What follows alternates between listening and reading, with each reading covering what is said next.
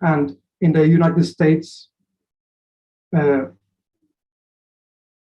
advertisement contributed to that. They also have a very strong logistical system for avocados, and they had a very good year of production. So you can see that avocado actually increased export by 8.2%, very impressive, during that very difficult year. And as previously mentioned, there has been an increased demand for nutritious food. So the tropical fruit sector has a big opportunity there. As for the minor tropical fruits, again, the data is provisional, but unfortunately, we believe that we saw a decrease of trade during the first year of the pandemic. And we believe that that was due to mitigation measures of the pandemic, lack of containers, and different weaknesses in the supply chains. We know that for durian, we know that Indonesia is probably the biggest producer. Unfortunately, we don't have data for export of Indonesia. But we know, of course, that Thailand is by far the biggest exporter of durian fruit. They actually export more than half of their production, we believe. They saw a decrease in export in 2020. Same for Vietnam, Malaysia, Philippines. So, but in general, the durian sector did well during the pandemic so far. And I'm only talking about logistical and economical aspects, not the socio-economic aspects. And here is a slide of global durian trade. We see that it has increased tremendously during the last 10 years or so. And the biggest driver of demand is, of course, China. And Thailand, Indonesia, Malaysia, Vietnam are all have opportunities to increase their exports if they want to.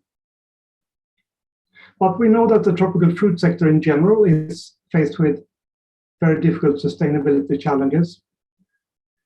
And we know that even if the sector did well from an economical and logistical perspective, risks worsened by COVID-19. The sector needs to prepare for other types of shocks in the future. We are currently carrying out a business survey with avocado and pineapple companies, and about 2/3 of them believe that COVID affected them negatively. Other sustainability risks are, of course, social risks, environmental risks, and economical risks. And at FAO, we address the whole spectrum of risks. Here are a few examples: human rights, labor rights, health and safety, food security, and nutrition. All of these risks can also be turned into opportunities where the tropical fruit sector can contribute to alleviate all these kind of sustainability risks. I want to speak about climate change as one example. So to ensure continued success of both the major and minor tropical fruit sectors, the sector must adapt to climate change. We know that tropical zones are highly exposed to the negative effect of climate change, and thereby the tropical fruit sector. We have already seen a lot of extreme weather events that have destroyed plantations and orchards. And I believe that in your region, you're very aware of that. I live in Japan now, and we see an increased incidence of typhoons and so on, but it's even worse further south, of course. Again, we are analyzing our business survey now. Over half of the businesses we asked see climate change as one of the biggest sustainability risks. Others being. We also know that agriculture in general, forestry agriculture, land use sector contributes a lot to climate change. The tropical fruit sector is not the major problem, of course. There is the livestock sector and others, but we know that large-scale monocrop systems risk to increase the contribution to greenhouse gas emissions, while at the same time can be vulnerable to pests and diseases and extreme weather events. So there is huge opportunity to both increase the adaptation capacity of the tropical fruit sector, while at the same time have production systems that actually contributes to sequestration of the carbon. So there are huge opportunities in the tropical fruit sector. As we mentioned, food security and nutrition, both farmers and workers' incomes, but also in the context of increased obesity and micronutrient deficiencies. The tropical fruit sector can contribute with being relatively low calorie, high nutrition dense products. Crop diversification, again, you will speak about this during this symposium. Underutilized crops and so on. Durian has huge potential there. Can contribute to environmental protection, while at the same time, of course, contribute to negative effects. So that depends on different choices. And also different choices whether you want to focus on export diversification and or strengthening the domestic supply chains when you have big domestic markets, but also big export opportunities. There is, where I'm from, the European Union, there is a huge demand for sustainable products. And we also see a lot of legal and regulatory developments, such as the EU Directive on Corporate Due Diligence and Accountability. So we believe that within the next years, to be able to access high-value markets outside, there's a need to comply with social, environmental, and economic sustainability demands. And in the ASEAN region, your governments have developed the ASEAN guidelines for responsible investment in food, agriculture, and forestry, and FAO has participated in that. And those are voluntary, but they may well turn into legislation in the coming years. So that is something to look for private companies and governments that support investment and export of tropical fruits. And we work with private companies, producer organizations, and trade associations. We are now focusing on the avocado and pineapple sector, but other fruits might be included as well. And we are providing capacity development and awareness raising on different sustainability issues. We have had webinars on climate change, deforestation risks, and opportunities for forest positive value chains, and different ways to assess and address and report on how companies address risks. And this builds on our previous experiences of the World Banana Forum and a pilot project with some 30 agribusinesses on how to implement due diligence systems based on the OECD FAO guidance for responsible agriculture supply chains. So companies in the avocado and pineapple sector that are interested are most welcome to contact us.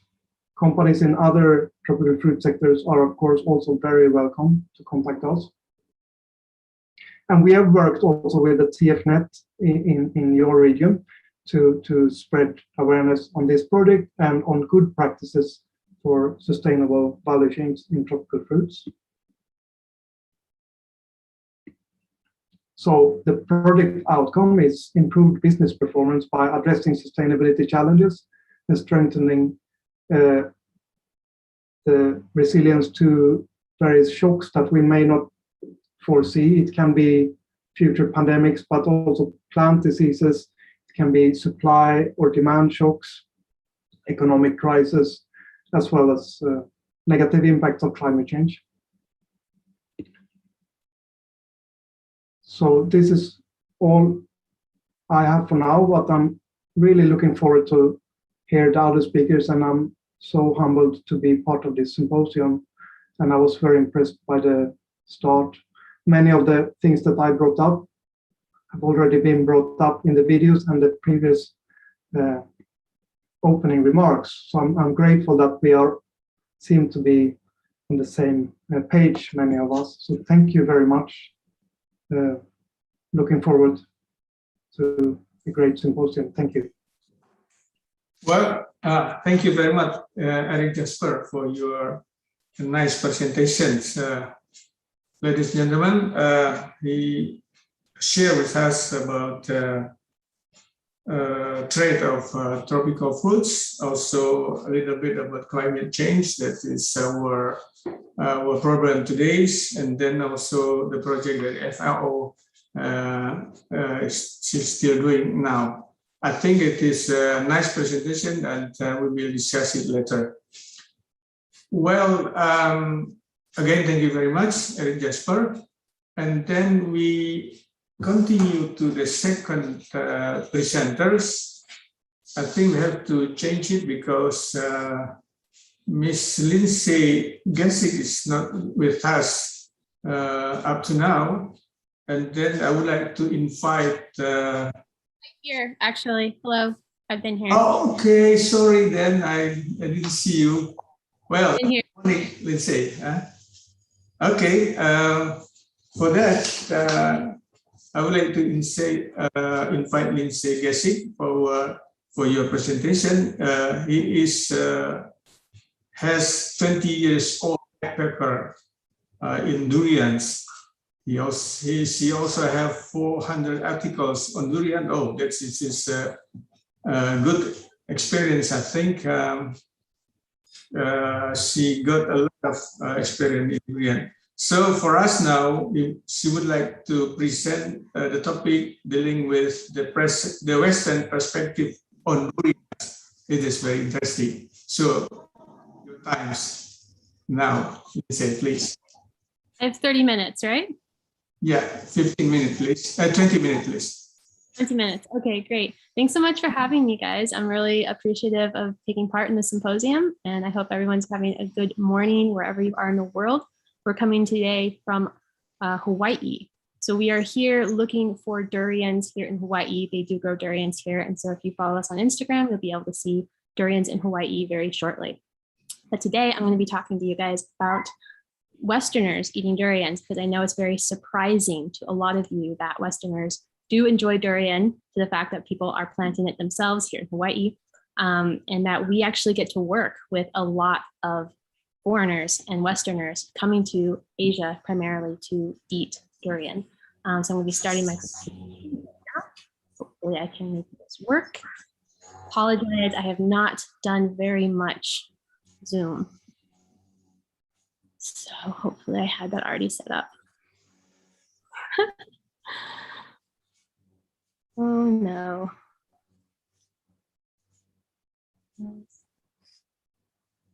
Hold on one moment, guys. Richard, help me. Slides with virtual background? I think I want that.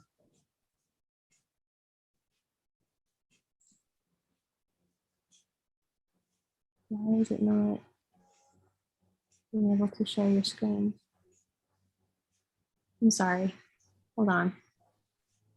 Anybody else have this problem? I have problems with Zoom every time I use it, no matter how many times I've done it. Something always comes up and I have a problem.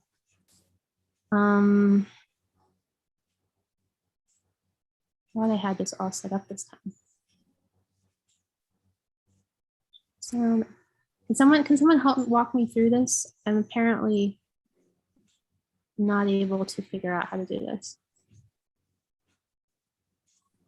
System preferences. It changes every time.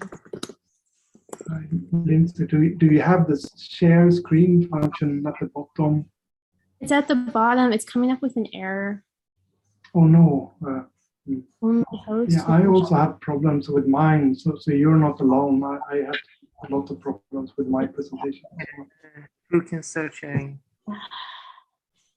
Why? No. It's not that thing. It's like something to do with my computer. No. Am I a host now? I guess you're a host. Am I a host?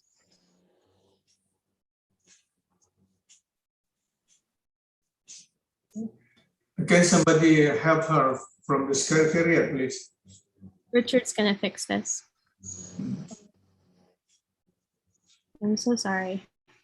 I'm very embarrassed. I can talk without the stuff I have to, but I made this beautiful presentation for you guys. Lots of pictures. I know we all like pictures.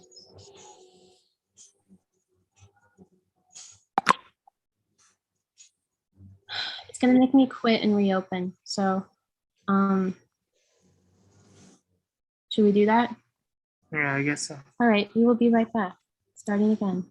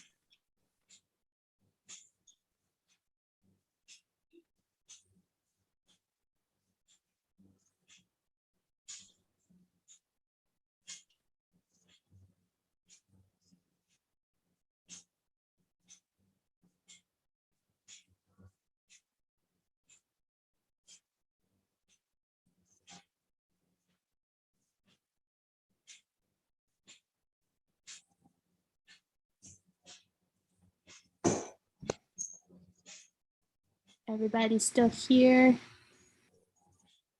Let's see if this works. Okay, host disabled participant screen sharing. Can you give me a screen share? There we go. Nope, that's it. We got it. Okay. Where is my screen share? Where do I see it, Richard? You're sharing screen right now. Are you sure?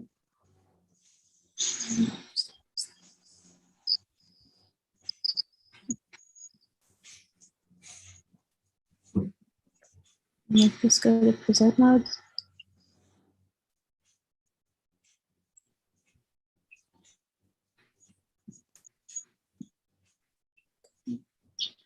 Everyone's seeing my screen.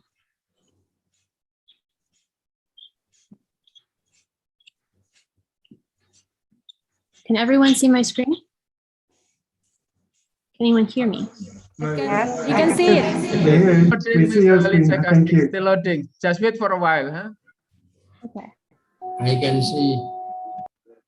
No loading for me. What happened, Richard? Yep, still loading. So no problem at all. Just wait for a moment. Maybe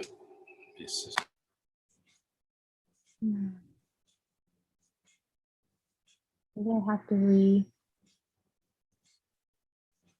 Okay. Wow. It's too bad I wasted time because I put together a lot of pictures. I like pictures. So, anyway, here we go. Can everyone see my screen finally?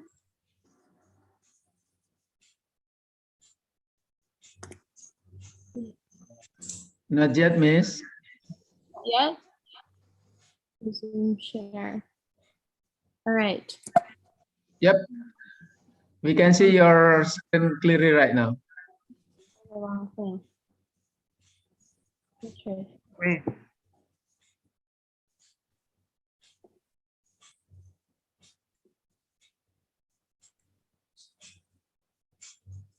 Okay. Okay. Is that the last one? That's not, it should be the second one that starts with. How come it's very clear right now, your PowerPoint? Very nice. Okay, thank you so much, guys. So the reason that we have so much experience with Westerners, not only am I a Westerner who started eating durian in America, but we work with Westerners, helping them come to mostly Malaysia, Thailand, Philippines, Indonesia to eat durian. And we run what we call high quality educational durian experiences. This means that we try to only procure very good quality durian that makes it worth traveling 1,500 miles across the ocean to go on a trip to visit a farm and eat durian. So this is essentially a farm to table tour. So we usually go, we visit the farm, we meet the farmer, and sometimes it's a jungle to table tour because we don't only eat cultivated durians or cultivated fruits. We would also be visiting like national parks and areas that are a little bit more wild and out in nature where you would be having different types of durian. Our specialty is understanding regionality.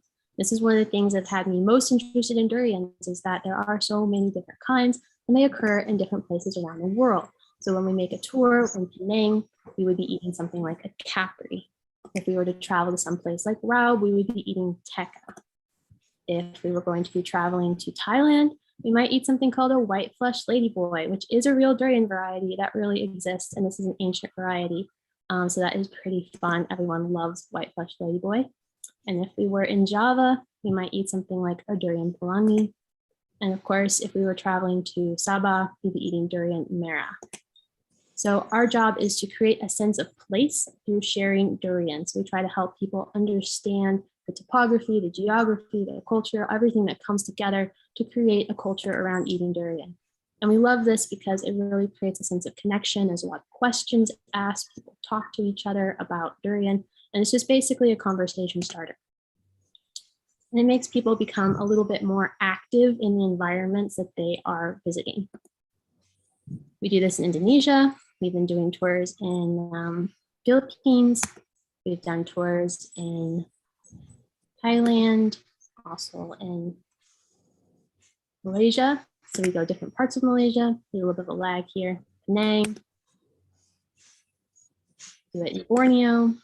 And basically, because we do all of these different tours, as well as traveling, we get to see a lot of places growing durian, and we also get to talk to a lot of people about durian. We have an Instagram with over 17,000 followers around the world, all people who like durian, and I can tell you about half of them are in the West. If you want to follow us, that is great. As well as we have all of our followers who send us pictures of durian that they eat around the world. I get pictures almost daily of people durian hunting in their own hometown or their country or their city or wherever. So not only do we get to see durian growing in the farms, but we also get to see what our customers and our followers are eating on the ground.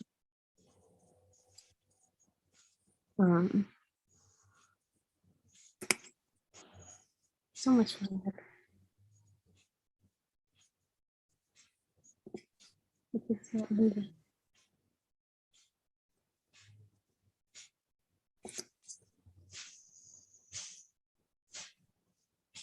Oh. And additionally, in 2015, I actually surveyed people who were following us at that time, and we managed to get 1,060 responses to see what people thought about durian. And we did have about half people who were of Asian descent and half the people who were Western descent. And we kind of compared and contrasted to see what people felt about durian, any kind of belief systems, how excited they were about it, different things like that. And so we presented that at the 2015 symposium in Shanbury. So that was a pretty cool thing. So I have a lot of experience with Western people eating durian, as well as starting that way. So I'm in trouble with.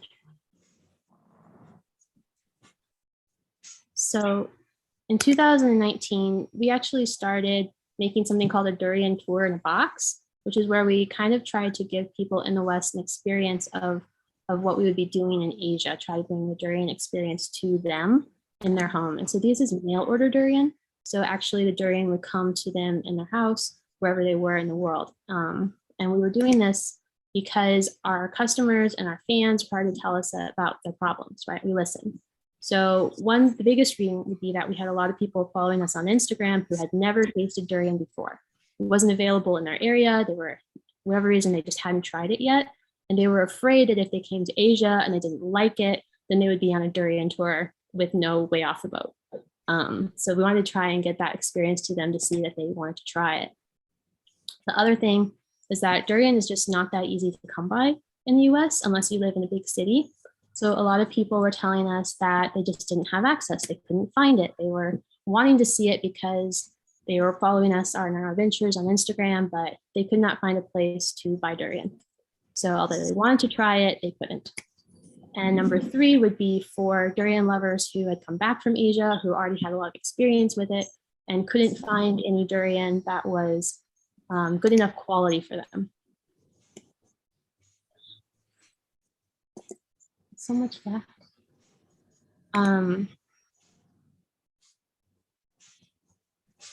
So I understood all these problems because I used to live in the United States and I started eating durian there and I had all of the same problems.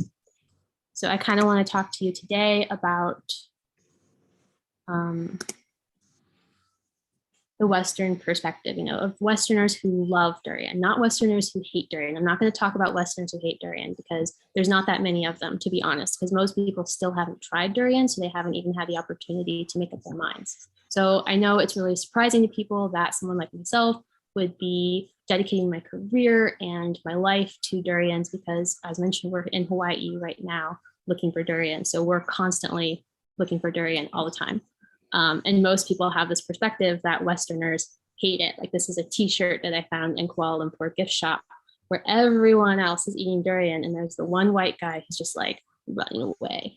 And that's what people think when they think about Westerners. It's like, oh, you guys don't like durian. And it's really just that durian is not common yet. So I'm from rural Oregon. Well, hopefully my picture will come up here. But in my hometown, we have about 18,000 people, which is about double what it was when I was a child. We grow apples, we grow pears, and the closest place to buy durian when I was young was about 3 hours away. So there really just was not a place to buy there. But starting about 2 years ago, they started selling durian in a local supermarket.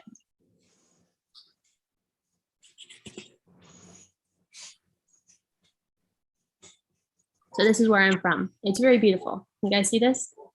So we have lots of grapes, lots of pears, beautiful mountains, but not really a great place if you are a durian lover hoping to get imported tropical fruits. And the closest store selling durian was 3 hours away. This is the only place in our valley where you can currently buy durian. And it was a shocker to me when I saw it. And that just tells you how much things are changing right now, that even in rural Oregon, you can find durian now. The durian industry is really changing and durian acceptability in the United States is becoming much more common. I wanted to show you a picture of the durian freezer. So I wanted to show you guys what it looks like when we buy durian. Which I think I can. All right, they sell it in a freezer. It looks like this, and it costs about $4.69 a pound, which is 147 Indonesian ringgits per kilogram. That's considered very expensive where I'm from. The minimum wage is low, so this would be something that people would be buying as a treat for themselves and not on a common everyday thing. But just the fact that you have this in rural Oregon means that things are really changing. It looks like this, and Montong is the only choice that you have. There are no other durians available. It comes in a yellow net. It looks like this. And the reason we open durian like this, like all Americans, if you ever watch YouTube, we open durian like this because the way that this big frozen durian thaws is that the shell becomes really like flexible and soft, and you can actually open it just with your fingers. You don't even need a knife, but the core will stay hard frozen. So there's absolutely no way to crack this thing in half unless you wait for the durian to become so thawed the whole thing turns into mush. So if you ever see Westerners doing this on YouTube, we are not just being ignorant. This is actually more practical. And it helps you get to the durian before the durian just turns into like a watery mush. Because as I'll show you again, most of the durian in our area is not good. This is about the best quality that you can expect. So if you look at this, you see there's a lot of water coming out. There's a lot of melted ice. It's kind of smushy. It's kind of soupy. If you try to pick that up, it's just going to fall apart.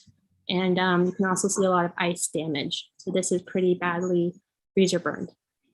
So as someone who loves durian, I got really lucky on my first durian and I got the good one. And I was so excited about it. And I went back and wanted to buy more, but I found that it was really, really hit or miss. And it became very frustrating because of the cost. Durian is quite expensive. And if you're going to spend a lot of money on durian, it better be good. So biggest problem that I experienced was that the texture quality of durian was really uneven. So they're using durian that is not fully ripened. Parts of it are going to be crunchy, parts of it are going to be rubbery. And when you thaw it, it becomes disgusting. So I started buying durian like this in tubes, and then I would blend it. And that would get rid of the texture problems. And then it became edible. But if I just bought durian in a whole shell like that, like I would say about half of the time, you just threw it away. It was not good. But luckily for me, I actually read a book talking about how many different kinds of durian there were in the world. And it got me really inspired. I saw this book, I read about all the different fruits you could eat. And there was even a whole chapter on durians. So I decided when I was about 19 that I was going to go out and I was going to see some of these fruits for myself, because this was like a science fiction. If you grew up in a valley with apples and pears and people tell you about durians and merongs and these giant things called jackfruits, you get very excited about it and you want to go see it for yourself. And there are so many rare plants in Southeast Asia that it has completely occupied our time for over 10 years. And I'm constantly seeing something new. So it's a very exciting thing to do. And of course, the durians, even to this day, I have not tried all of the different durians. So durians are so diverse, they're so exciting, and there's still so many out there to taste. So my first experience going from rural Oregon, this is my first time in Southeast Asia. So truly, the only reason I came to Southeast Asia was to go eat durian. I wanted to see these things for myself. So my first time here, I went to City Kelang, Sumatra, because I was told that was where there was durian season. I was 20 years old, I had no idea what I was doing. And coming to Indonesia just blew my mind, because going from seeing those durians in like a little freezer where they kind of look weird and they smell weird to this, where you have this huge pile and everyone's really excited. But it was a very intense experience because, again, coming from a town of 18,000 people to Indonesia, just crossing the street was a problem. I was not able to do that very well. I had to get help. So there was a lot of things to learn. So one of the biggest ones was that there are different kinds of durians, the genetic variability. There were yellow ones, white ones. And of course, I wanted to go out and see the trees. So luckily, my first night in City Kelang, people didn't really understand what I was doing there. I kept saying, like, I just want to try durian. I'm looking for a durian farm. And I think they just thought I was lost, because several people offered me a ride to Lake Toba. I think they thought that I just was supposed to be going there on holiday, but I had like taken the wrong bus. So they sent me Friska, who is an English teacher. And she spoke great English. And I explained to her, no, I'm really here looking for a durian farm. So she took me out on the back of the motorbike, also my first motorbike ride. And we went out and we visited a durian farm. So thank you to Friska for that. And this is where I saw my very first durian tree. It was actually in Indonesia. This is the first durian farmer that I met. It was an amazing cultural experience. Lots of things that I didn't know. And for some reason, he insisted on posing with his gun. That was the only way that he was going to allow me to take a picture of him, was if he had his gun in the picture. So again, thank you very much to him for answering all of our questions. And I had my holy moment of crossing the ocean and going from seeing those crappy little durians in a freezer to seeing them in their glorious natural environment on a tree. So that was amazing. And then we went to Jakarta, and that's where I learned about durian scammers. I learned that they will sell you anything as Petroc. It doesn't matter. And I started looking at these durians. They don't look the same. Oh, they're all Petroc. It's like, okay. Also Montong. They're all Montong. And they're all expensive. So I realized that there were some skills that you needed to learn to be able to successfully buy durian without just eating really crappy durian that was too expensive all of the time in Indonesia. And that's where someone luckily showed me that you were actually able to taste the durian before you bought it. They will open a little crack for you and you can taste it. I'm sure all of you guys in Indonesia are very familiar with that. And that is where I learned that there is actually cultural etiquette around eating durian that differs from country to country, and you have to learn it. Or ladies like this one will smack you upside the head if you try to taste her durian. This is in Thailand. In Thailand, they cut a little hole for you. You're allowed to look at the durian and you're allowed to poke the durian, but you better not break the skin or taste it, or that durian is yours. So a very different culture in Thailand than from Indonesia. They also open their durian very differently because the durians are not ripe all the way. So when you take your durian home, they're going to open it, cut around the shell and open it like this. You're going to take your durian home to eat it. You're not going to eat it on the street like you would in Indonesia. So the durian is almost always taken home to eat. That's how it looks like. Very tidy, very clean, nice and Thai durian. And the texture is supposed to be slightly crisp on the outside, just like an eclair, which means that in Thailand, you have a lot more ability to cook with durian. There's a lot more different kinds of recipes that it's appropriate for. It has a lot more versatility because it can be eaten as a vegetable or it can be eaten as a sweet. And that is something that is specific to Thailand. So I became very, very fascinated in comparing and contrasting the different cultures of eating durian in different countries. And this is how I was able to continue traveling for 10 years and not get bored. So to this day, wherever we are in the world, we look for durian, and that's how we try to understand the world, is by talking to people and eating durian together. So I've been very lucky to try a lot of different kinds of durian in a lot of places.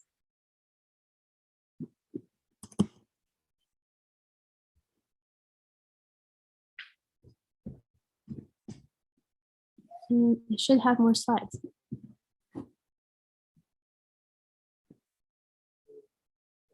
Yes, so recently we were in San Francisco. So we traveled to San Francisco, back to see my family in Oregon, and then we took a trip down south to San Francisco, which is about 8 hours away. And I wanted to see what durian looked like in a big city. Sorry, it's got so much lag here that the slides are not reacting how they should.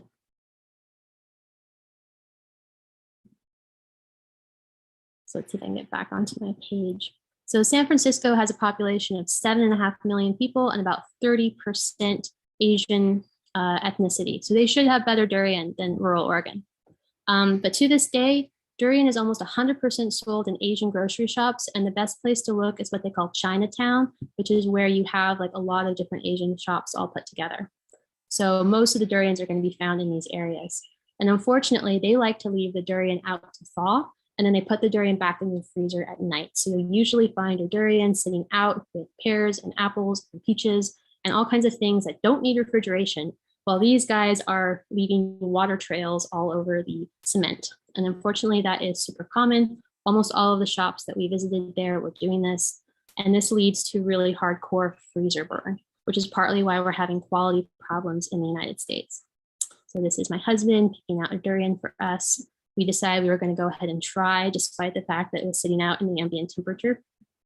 And we also found some air-flown durian. This is the first year that we were able to find fresh durian from Thailand. Unfortunately, it was all moldy. So you see the black mold there and that really old looking stem. So we were not about to buy this, which is really disappointing because I was very excited to try fresh, non-frozen air-flown durian. We have so much problems with frozen durian quality that there's plenty of room for people thinking that fresh durian might be better. But there was so much mold on all of the durians and all the shops that we visited that we decided that we were not going to buy it, especially because it was $14 a pound. And then we also found some packets of air-flown durian.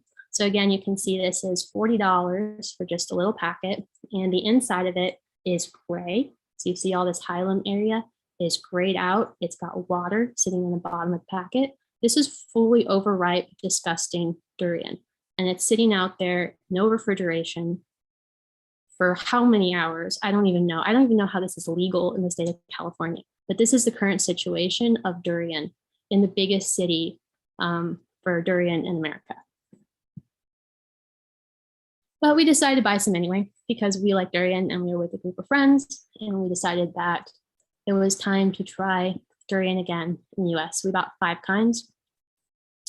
And the first comment that my friends from San Francisco said was that they were shocked that the durian could be sold in plastic trays, because the city of San Francisco has actually banned non-biodegradable plastic trays.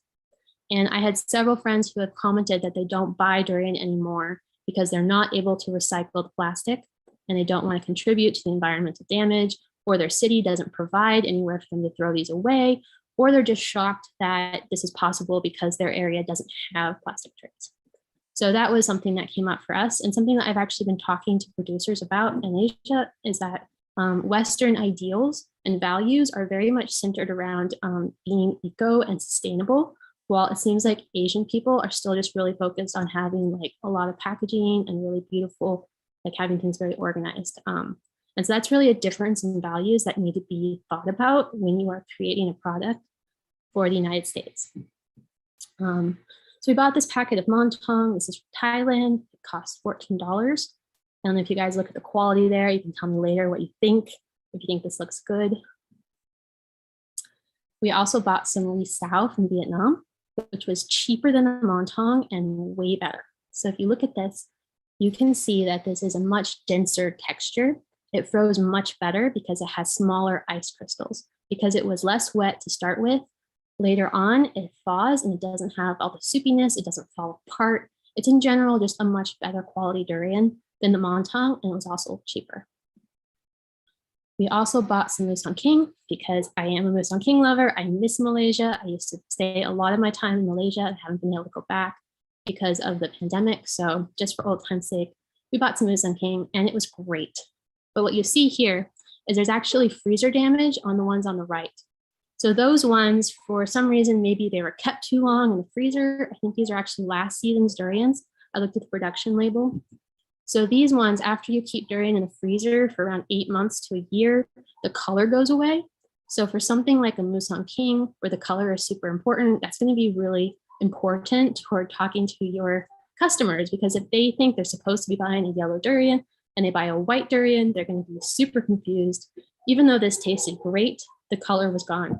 And that's been really common even with like our durians that we sell in the United States.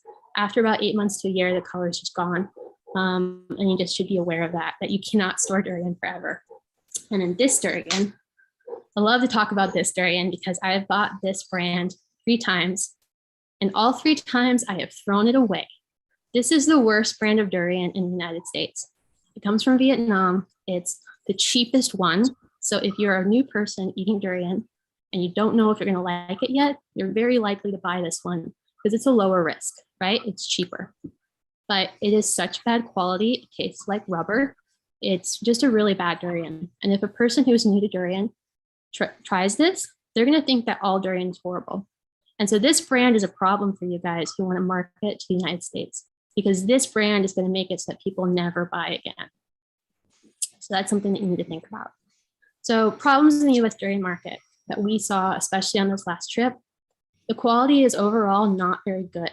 Most durian lovers are going to be complaining. Most Western people have still not yet tried durian, and they need introducing in a positive way.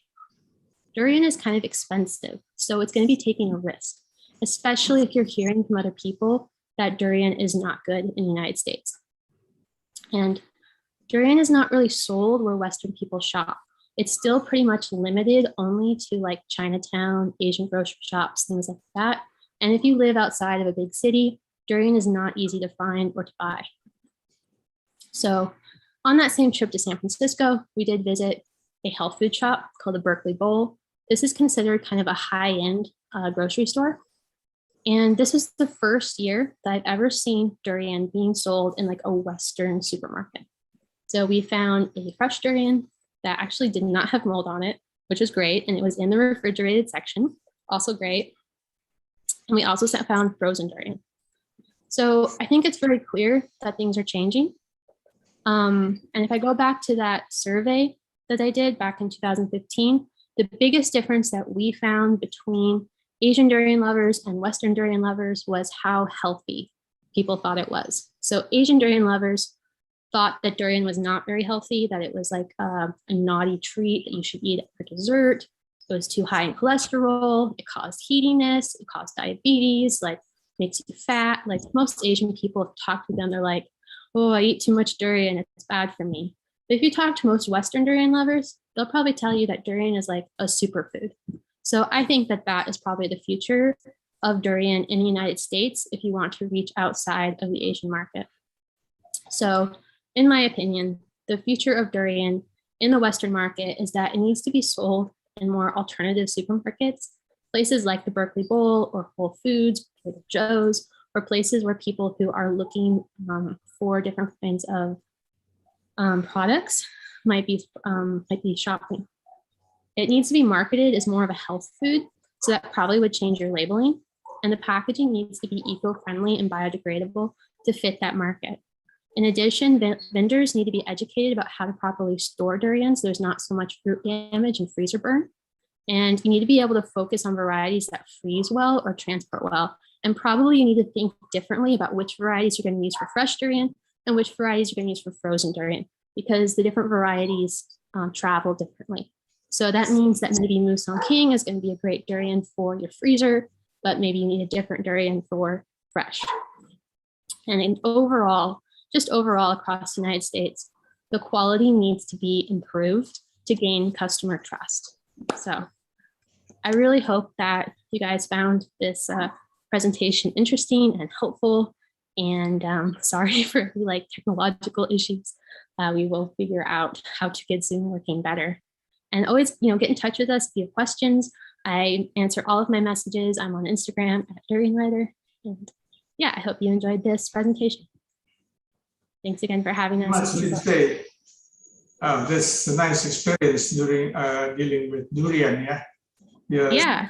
You have a lot of experience. But I think it is not all the Indonesian Durian Center you have gone there. There are many other areas in Indonesia actually you can explore. Yes, we haven't spent enough time in Indonesia yet.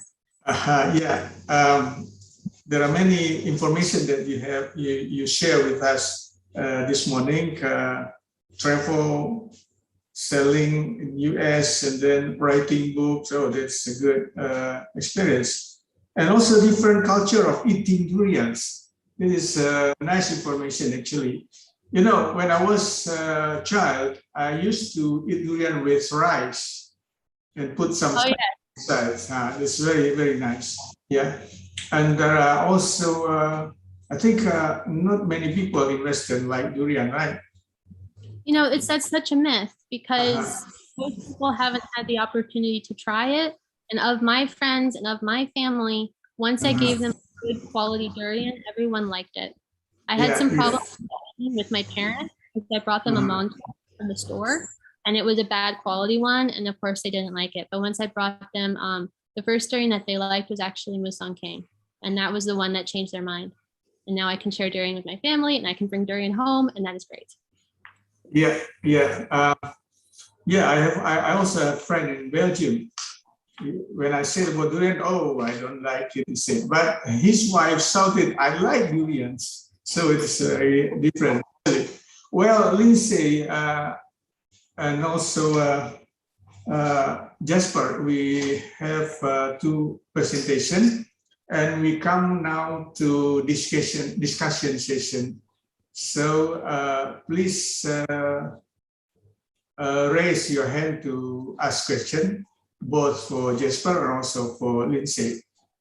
But before that, I think, Lisa, you can see in the chat room, there are many questions that arise to you. Thank you. Can you see it? Yeah. Yeah. Maybe choose one for me. Yeah.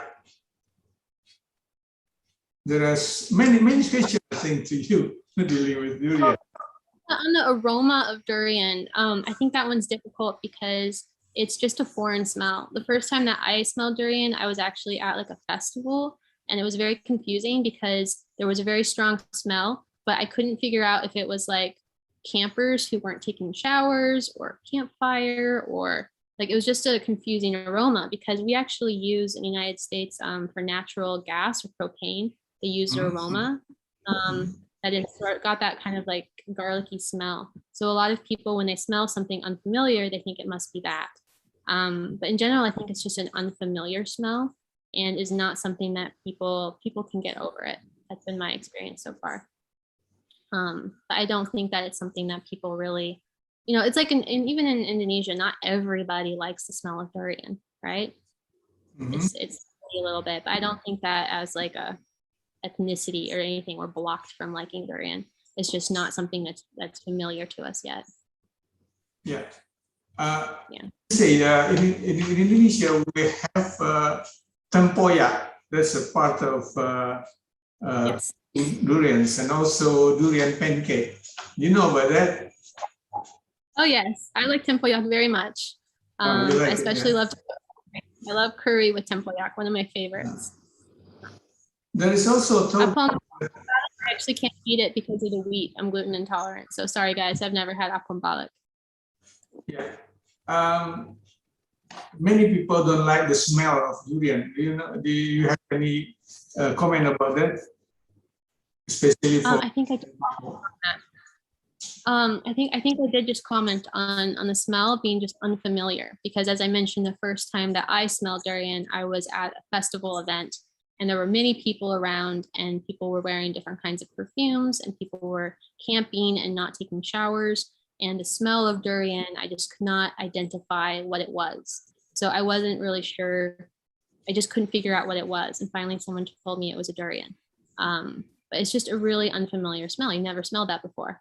So I don't think that there's really that much repulsion as much as confusion. And people need to be taught what it is. Because most of the time, as a foreigner, as a Westerner, everyone thinks it's really fun that you don't like durian. And people try to tell you that you won't like durian, and people try to like introduce it to you like, oh, we have this super smelly, disgusting thing. You won't like it. Try it.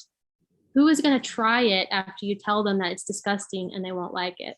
So if you want to really introduce durian to foreigners, you need to be like, we love this. This is delicious. It's our national food. You should try it. And that different energy about it and that different positivity is going to make them actually try it in a positive way and with an open mind. Okay, there are also questions dealing with the quality of durian, and it's linked with the packaging. Do you have any suggestion what kind of packaging that good, suitable for Western market? You really need to get away from plastic and plastic trays. In general, Asian people really prefer to put everything in individual plastic wrapping and then put that inside of more plastic.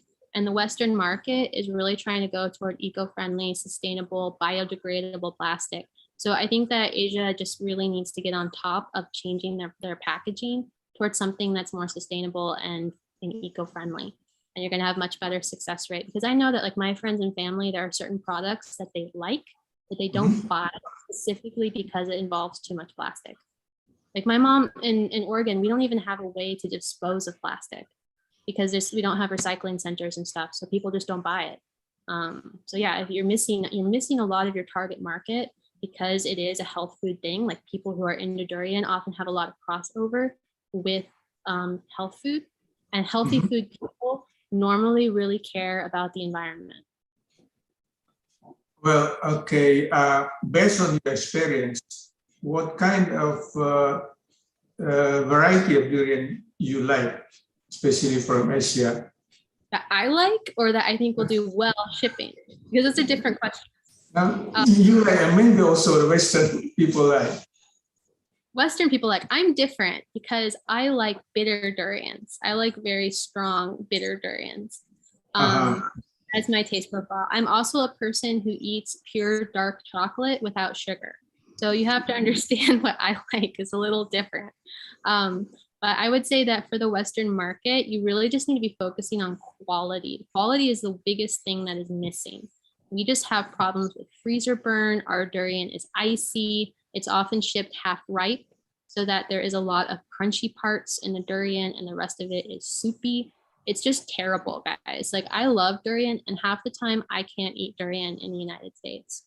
And it's really sad when I want to share it with my friends or with my family, because I can't show them what is a good durian, and I know that they will hate it if I give them this bad quality durian. So I would say before even considering like varieties, there just needs to be so much improvement in the supply chain. Durians need to be harvested at the right time. There are too many overripe durians. There are too many underripe durians. The durians are being thawed too many times, because if they thaw and then they freeze, you get freezer burn, and that makes it icy. So there's just so much problems with the supply chain. So I would say even before varieties, you need to be really thinking about how are you going to get this durian to the United States in good shape. So that'd be my first thought there. And then you do need to be thinking about durians that freeze well, because I mean, what is your market? Are you doing frozen or are you doing fresh? Because those need to be different varieties that are going to travel differently.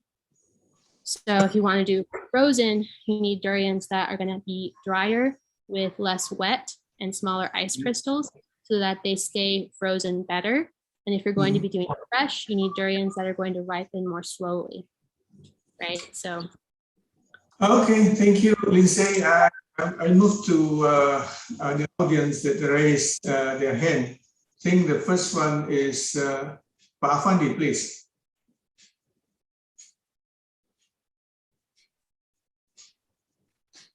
Oh, Pak Afandi. Unmute, please, unmute. Thank you, Pak Prama, for opportunity that given to me. It is a very amazing, so awesome presentation, Dr. Lindsay Kasik. So you are really anti-mainstream compared to another Western, especially when you are come up and like and prefer to have durian as part of your healthy food. However, we still don't know, because you have a lot of travel and associate with so many durian farmers in Asia, as well as also in the Western as a consumer. If you don't mind, and it is possible, would you like to give us some properties or character durian that will be preferred by Westerners? So the first thing is that you have quality problems. So you need something that is going to ripen evenly, because if you freeze something with uneven ripening, it's going to be bad. It's just going to be bad when it's frozen.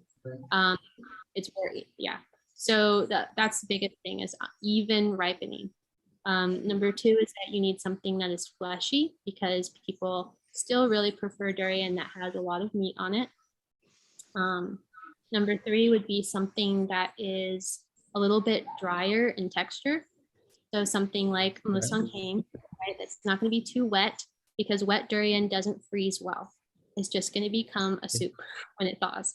Okay. So you need something that has some texture to it. Any of the wild durians actually would be fantastic. We had some graviolans, suluk. Those would go really well, because they are bright colors and they freeze really well. They're too high in fats, they don't get icy.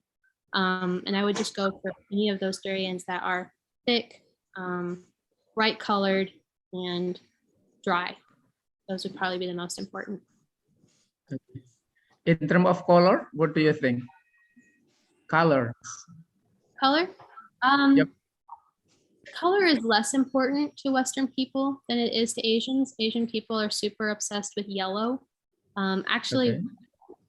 Western people often like the white. They think it's pretty, because we don't have that white one. White is okay. White, yellow, all of the colors would be good. You know, anything that's really eye-catching or startling, I think any of the pinky colored ones would probably go well, or the darker yellow or the orange. I mean, I think in terms of color, we're less picky in general. Okay. if you're marketing to like Caucasian Westerners, if you're marketing to Asian Westerners, some of the same rules as in Asia are still gonna apply. Okay. Okay. Thank you, Dr. Lisa Kasik. It is very important, especially for durian breeder, how they are going to mix this kind of character or properties that you have told us. Thank you very much. Thank you very much for your work. I'm really happy to hear that you're going to be marketing the perfect durian for the West. Yeah, we are going to make it because we are employee in Indonesian Tropical Fruit Research Institute. Yeah. Well, Thank you. Thank you. Well, the next is Aprilela, please. Thank you, Pak Prama. It's such a nice presentation for both of you. I have a comment for Jasper. Yeah. For you said that FAO also support the sustainable of fruit, tropical fruit, but in Indonesia sometimes the tropical fruits are cultivated as part as agroforestry, you know, so it's in the jungle, in the forest, but to export, for example, for mangosteen or for durian, it has to be using the good agricultural practices which require for monoculture, and then even a post-harvest treatment to reduce the like ant or something animal to export. So it's not linked between the agroforism and then the requirement for exporting it. So what is your comment about it? Thank you, Aprilela. Oh, thank you very much. I think this is a very, very intelligent question. I don't have the full answer. I can say that FAO, we do promote, agroforestry. We promote agricultural practices that contributes to protecting biodiversity, being more resilient to climate change. We promote undervalued and neglected crops. We are not saying that export is necessarily the way forward for everyone. We shouldn't underestimate local food systems that we don't have much data about. That there are traditional knowledge, there are small scale production that actually contributes very much to local economies. We have seen in the case of avocado, so in the United States, they have very strict requirements on sanitary and phytosanitary measures. And it has been argued that that has contributed to more monoculture and more use of pesticides and so on. In Europe, we have different requirements. We have increasingly requirements on biodiversity protection, climate change adaptation. We have zero, in theory, we have zero tolerance for deforestation for import to Europe. We also have requirements on social and human rights and so on. So yeah, this is a very tricky question, but I don't believe that necessarily that large-scale monoculture production will be the way forward for export promotion. As Lindsay has talked about,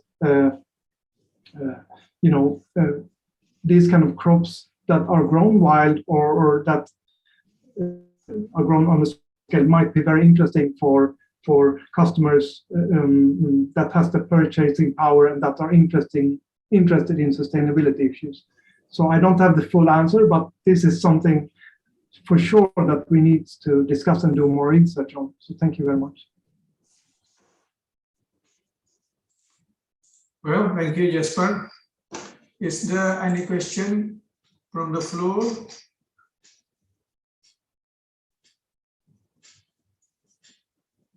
No? I would like to ask Jesper about the project of FRO. Is there any possibility for FRO to run the project, especially for durians? So I have to admit that this particular project is aimed at large-scale companies mostly, and producer associations and trade organizations that promote export. And we selected pineapple and avocados because they have grown so significantly in terms of production and trade in recent decades. And also that the sustainability problems are very big in those sectors unless they are addressed. So therefore, unfortunately, due to limited capacity, we will probably stick to the major tropical fruits, possibly include mango or so. So, but if there are questions about durian, I can forward them to colleagues that might know more about that. But yeah, thank you. But personally, I would be very interested in exploring more, durian and minor tropical fruits, the opportunities. So thank you. Well, thank you very much, Jesper. Is there any question? No, I think we come to the end of this first session of plenary sessions.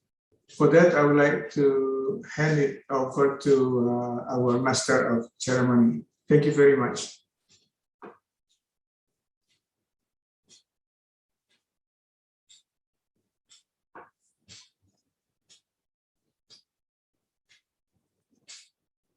Okay, thank you, Mr. Prama. However, we have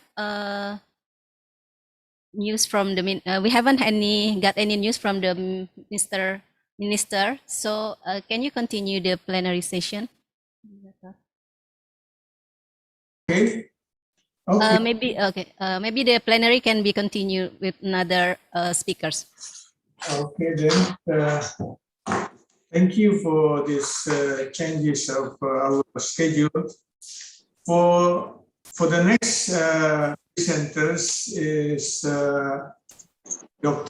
Professor Jingter Siripanich. He is from. Hello, Professor.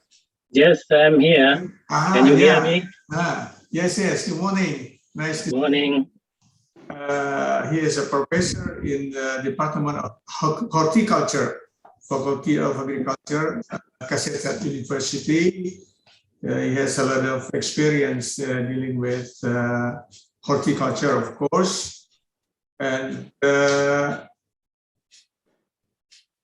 his professional area is post-harvest physiology and technology of tropical fruits. For that, for our session today, his topic is post-harvest research, progress and potential. So the time is yours, Professor Jingter. Thank you, Dr. Yufdi. I would like to share my screen here.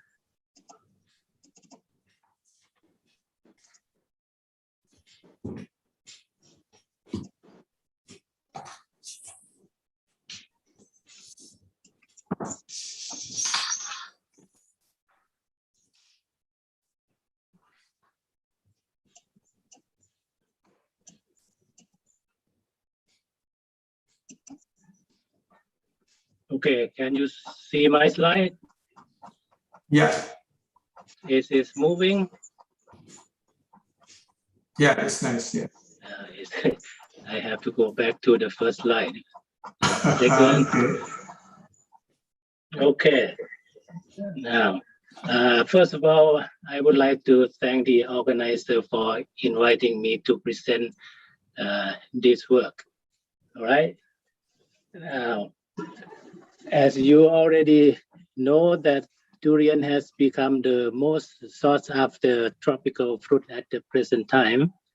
As you can see in this slide, that the value of export durian from Thailand has increased dramatically. And this year, during the first 9 months, the value has gone up to $3 billion US. And predominantly is go to China. And Montong is the main cultivar in the market. Right.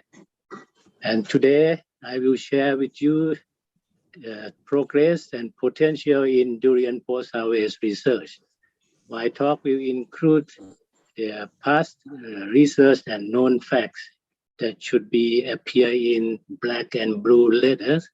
I will use this information try to explain why our Montong cultivar is doing quite well in the market. And I also will explain to you the problem that we are facing that should be appear in purple letters. And of course, I will inform about what should be done in the future to be competitive. And that should be in pink letters. All right. So I would like to start with the development of Montong durian. It's grow quite slow as compared to other early cultivars. For example, in this slide A, Montong grow much longer and slower. Gradum go faster and stop growing by about 56 days after full bloom. And then Gradum accumulate food or dry matter very quickly in about 4 weeks, it reaches maximum. But Montong accumulate food quite slowly and have a long time to be fully mature. So we can harvest Montong for a longer duration, about 4-week period, that has quite high dry matter content. But for other early cultivar, we have a short harvesting time. So if we try to harvest Gradum a little early, the quality will be poor. So that's why we can do with Montong better. And also, Montong produce very little ethylene, as you can see in this slide, as compared to other cultivar. So Montong ripe slowly and lasts for a longer time. Also, we are now using dry matter as a maturity standard for our durian, and also use this as a quality control to be able to serve our customer better. As you can see here, as Montong cultivar accumulate dry matter, as the dry matter increase, the quality of durian also increase. But during the present time, we are having problem with the climate change. Most of all, we have more rain during the growing of the fruit. And what we are observing is that the fruit grows slower because when we have more rain, we have more cloud in the sky and less light. So the fruit develops slow. And also, as you can see here, and this is in 2021, this year, Montong reached the minimum dry matter at 32% at 120 days after flowering, which is normally is about 106 to 113 days after flowering. It should reach dry matter at 32%. So that's one problem. Another problem is that if we have too much rain during the maturation of the fruit, the ripening process becomes very, very slow. So slow that our customer can't wait for the fruit to ripe and cut open the fruit and complain that the fruit are not mature enough. So that's the problem there we are facing. We can use the old information that we have done in the past to explain the problem of slow growth, slow ripening durian that has been exposed to too much water. In this work, we found that durian ripen very well at low humidity. And in that low humidity condition, the ethylene content is much higher than durian that are ripened at high humidity. So perhaps the durian that has been exposed to too many rain may be having too much water and too low oxygen in the pulp, not enough for ethylene production to induce ripening. That's what we believe. So we have to do some research to reduce the problem of slow ripening of durian. Also, if we have too much rain during the fruit growth, we can have leaf flushing on the durian tree. And if we have leaf flushing, the dry matter accumulation is lower. As you can see here, is significantly lower than the non-flushing tree. And as a result, when the fruit become ripened, the uneven problem becoming more. As you can see in this photo down here, the brown area is the iodine staining for starch. This means that this part of the fruit has not been ripened. Starch has not been changed to sugar. But the white area is the area that starch has already converted to sugar. So this is a problem that we should be trying to control leaf flushing as a result of the rain. Some people use ethanol at a very low concentration to get rid of this new leaf and avoid the problem of uneven ripening later on. Those are the problems that we are having, and new problems, such as shown in this slide, keep coming up, and we are not sure what is the cause. Maybe it's the effect of the weather fluctuation, or maybe it's the effect of insect. We are not sure. So we need to understand each of these new problem or disorder much better. Also, we need to understand the relation between temperature, light, rain, sinks and sauce in relation to fruit maturity and ripening pattern, so that we can manage our durian better for our customer. Excuse me, Professor Jingsters. Excuse me. We have news that our ministry asked today. Can we postpone it for a while? No problem. No problem. After the ministry present for us, and then we continue the next slide of you. Is it okay? Okay. That's okay. Right. Okay. Thank you very much, Professor Jingsters. Good morning, Pak Menteri Pertanian. We'll wait for you to present for us the message from the Ministry of Agriculture to our second international symposium on other tropical fruits. Jadi selamat pagi Pak Menteri, selamat datang pada simposium kita pada pagi hari ini. Kehormatan yang luar biasa bagi kami Bapak Menteri bisa hadir bersama-sama dengan kita di sini. Untuk itu kami menyiapkan waktu untuk Bapak bisa menyampaikan pesan-pesan kepada kami yang sangat berarti untuk pengembangan durian, tidak hanya di Indonesia, tapi juga di seluruh dunia. Untuk itu kami persilakan Pak Menteri. Terima kasih. Terima kasih Bapak Ibu sekalian. Bismillahirrahmanirrahim. Assalamualaikum warahmatullahi wabarakatuh. Salam sejahtera dan selamat pagi. Yang saya hormati perwakilan FAO, Kepala Badan Penelitian dan Pengembangan Pertanian dimanapun berada, karena tentu webinar sangat luas mengcover acara ini. Tropical Fruit Network atau TF-NET yang ada, yang sama saya hormati Perhimpunan Hortikultura Indonesia, Perhorti, invite speakers yang saya muliakan, peserta International Symposium on Durian and Other Tropical Fruits yang sama-sama berbahagia.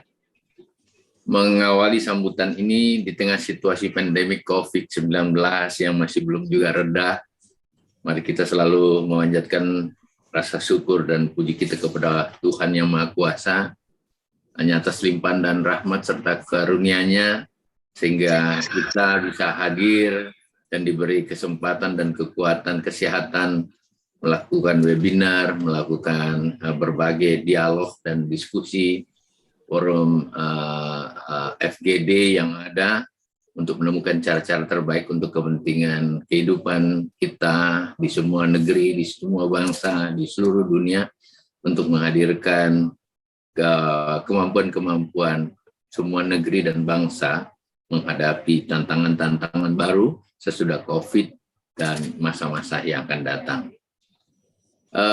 International Symposium on Durian and Other Tropical Fruits ini diselenggarakan tentu menjadi sesuatu yang sangat penting bagi kami di Indonesia, khususnya jajaran Kementan, untuk menunggu sebuah rekomendasi penting yang tentu referensi pakar dan lain-lain.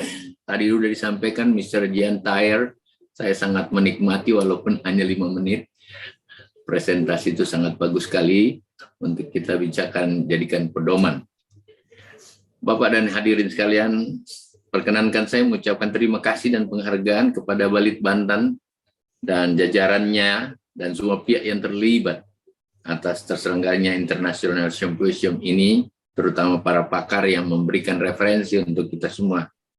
Temanya Recent Trends in Sustainable Agriculture Innovation Technology for Delivering Durian and Other Tropical Fruits to Global Markets. Saya kira topik ini sangat menarik dan perlu serta dibutuhkan untuk kita hari ini di Indonesia lebih khusus, dan tentu kepada dunia di masa akan datang. Bapak dan hadirin sekalian yang sama saya hormati, kita sama ketahui bahwa buah-buah tropika yang ada termasuk durian tidak hanya menjadi tuan rumah di Indonesia, karena ini menjadi sangat spesifik. Kalau di Indonesia hampir semua pulau kita bisa ketemukan durian dengan rasa, jenis, warna, dan berbagai spesifikasi yang ada yang berbeda satu dengan lain dan menjadi kekayaan tersendiri. Dan oleh karena itu, tanaman buah merupakan tanaman yang juga dibutuhkan sebagai vitamin dan mineral untuk kesehatan dan menjadi kebutuhan penting terutama pada masa pandemi COVID-19 untuk meningkatkan imun tubuh manusia. Selain itu, merupakan komoditi multiguna dalam industri makanan dan minuman, kosmetika, serta bioindustri lainnya yang selama ini sudah mulai berjalan makin baik dibandingkan tahun-tahun sebelumnya. Buah tropika juga menjadi salah satu komoditas alternatif dalam diversifikasi pangan non-beras seperti pisang dan sukun yang sementara kami kembangkan. Permintaan akan durian dan buah-buah tropis di pasar domestik dan ekspor saat ini semakin meningkat. Indonesia memiliki potensi besar sebagai penghasil buah tropis di dunia. Berbagai jenis buah-buah tropis tumbuh dan berkembang di Indonesia seperti mangga, manggis, durian, rambutan, pisang, pepaya, nanas, dan salak, dan lain-lain. Masih banyak lagi yang lain. Ini adalah kekayaan-kekayaan yang perlu terus kita gali dan kembangkan ke depan. Beberapa di antaranya asli Indonesia seperti salak dan manggis adalah pilihan-pilihan yang tepat untuk dikembangkan dan dibutuhkan dunia ke depan. Indonesia tentu merupakan negara yang selama ini juga memproduksi nanas dan salak. Sementara yang lain ada juga di negara-negara lain seperti di Meksiko, Brasil, yang hampir banyak berbagai buah yang kita miliki di Indonesia, dimiliki juga negara lain yang mungkin agroklimaks atau iklimnya sama dengan Indonesia. Masih terdapat tentu masalah dan dalam rangka pengembangan buah tropika, diantaranya adalah kualitas yang masih juga harus kita tingkatkan, kuantitas yang harus terjaga untuk agar suplainya bisa tetap rutin dilakukan, dan tentu saja ini akan sangat terkait dengan budidaya pasca panennya yang tentu masih perlu mendapatkan pikiran-pikiran dan rekomendasi di forum ini untuk kita tingkatkan ke depan. Buah tropika merupakan produk hortikultura yang mempunyai daya simpan rendah atau cepat rusak. Ini tentu tantangan tersendiri kepada kita untuk dalam rangka pengembangannya.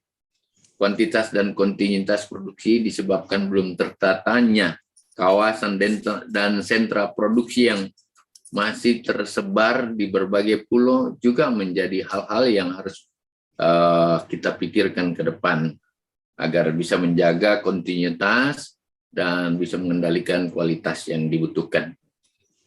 Bapak dan hadirin sekalian, konsumsi buah per kapita masyarakat Indonesia masih juga rendah. Dan ini tentu harus kita pikirkan bagaimana meningkatkan agar mereka mampu mengkonsumsi lebih banyak buah-buah untuk bagian dari nutrisi kesehatan mereka. Walaupun demikian, buah tropis yang paling banyak dikonsumsi di Indonesia adalah pisang, pepaya, jeruk, salak, dan mangga.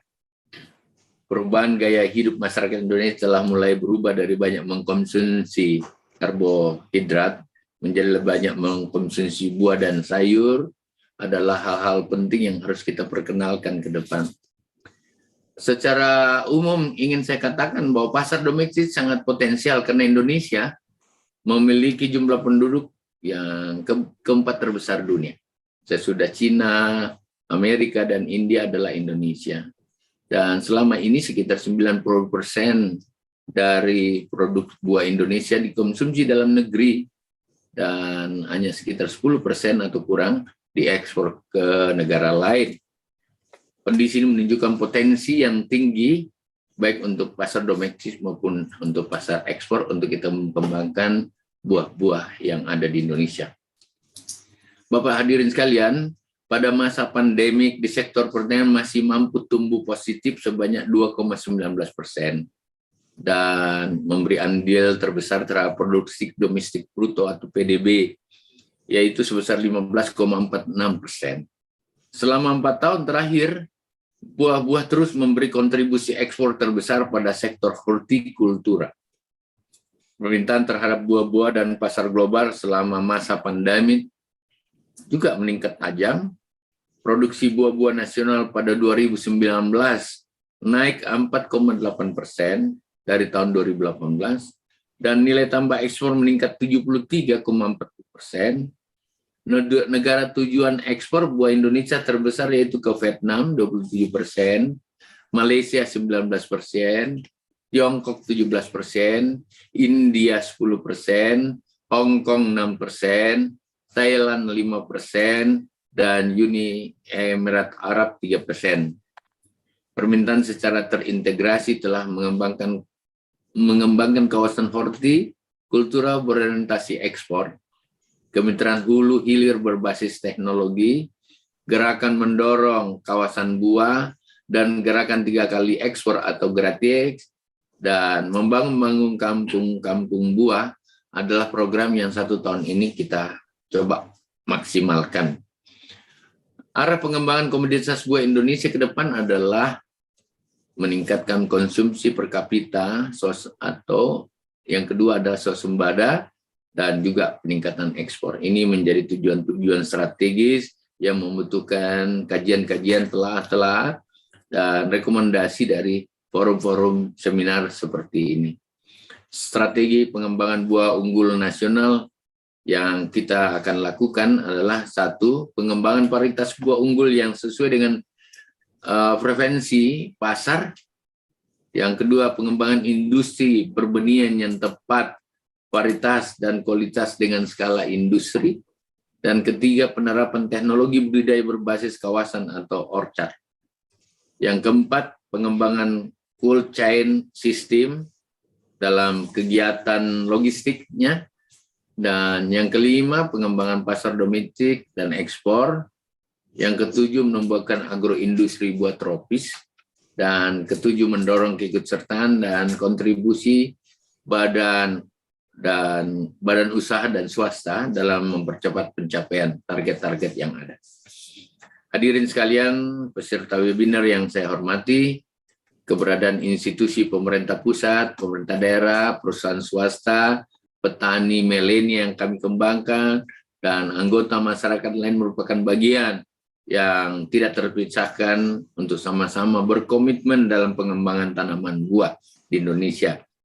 Pada hari ini kita hadir di sini dalam rangka lakukan percepatan diseminasi dan sosialisasi hasil penelitian dan informasi penting dari berbagai negara kepada kami di Indonesia untuk dimanfaatkan dalam pengembangan buah tropis yang tentu saja dari Indonesia, khususnya untuk kepentingan dunia ke depan. Kementerian Pertanian telah memfasilitasi pengembangan buah tropika melalui lembaga riset dan perguruan tinggi dalam menghasilkan buah berkualitas, baik yang berdaya saing hasil tinggi, dan dapat mendapatkan permintaan di pasar-pasar global yang ada. Saya yakin persis simposium ini bermanfaat bagi pengambilan kebijakan dari Kementerian Pertanian, lebih khusus bioindustri, dan berkontribusi dalam peningkatan produksi dan kualitas buah tropika ke depan. Saya mengucapkan selamat kepada semua peserta simposium. Saya nunggu rekomendasinya, dan izin dengan persetujuan Bapak sekalian, Ibu sekalian, saya dengan ini mengucapkan acara Second International Symposium on Durian dan Other Tropical Fruits. Hari ini kita secara resmi membukanya dengan memohon rahmat Tuhan yang Maha Kuasa. Bismillahirrahmanirrahim. Kurang lebih dari apa yang saya bisa sampaikan. Terima kasih. Simposium ini sangat berarti untuk kepentingan negara Indonesia dan rakyat-rakyat Indonesia yang jumlahnya cukup besar, dan alam yang Tuhan sudah berikan untuk bisa tumbuh berbagai jenis buah Indonesia untuk kepentingan Indonesia dan kepentingan dunia adalah sesuatu yang menunggu tangan-tangan dan pikiran kita untuk mempersiapkan. Selamat melakukan simposium. Ridha Tuhan bersama kita. Sekian. Assalamualaikum warahmatullahi wabarakatuh. Selamat pagi.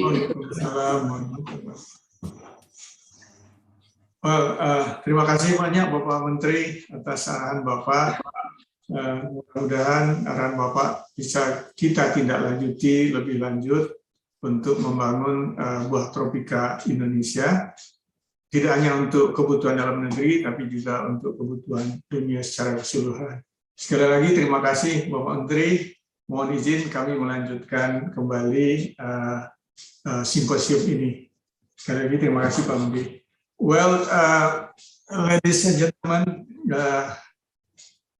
our Ministry of Agriculture has opened our symposium officially, and I would like to summarize some of his message that for Indonesia, tropical fruit is very, very important because we have a lot of variety, a lot of type of tropical fruit in Indonesia.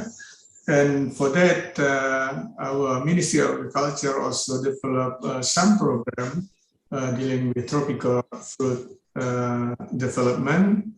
For example, now we have a program, we call it Kampung Buah, means fruit village. Yeah, and then there are many other programs that we in Indonesia, the Ministry of Agriculture also develop it. And for this, our symposium, the Ministry of Agriculture hope that our symposium can create recommendation to develop our tropical fruits in the future. Of course, there are so many weaknesses that we face, but for that, from our discussion, hopefully we can look for solution for that kind of problem. Okay, that's some summarize that I can share with you. And then for that, I would like invite again Professor Jing Ter to continue his presentation. Please, Professor. Thank you.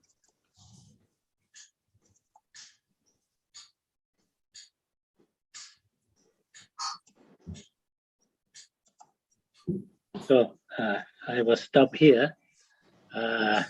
So what we need to study is to understand the relation between the temperature, light, rain, sink, and source in relation to maturity and ripening pattern of durian fruit.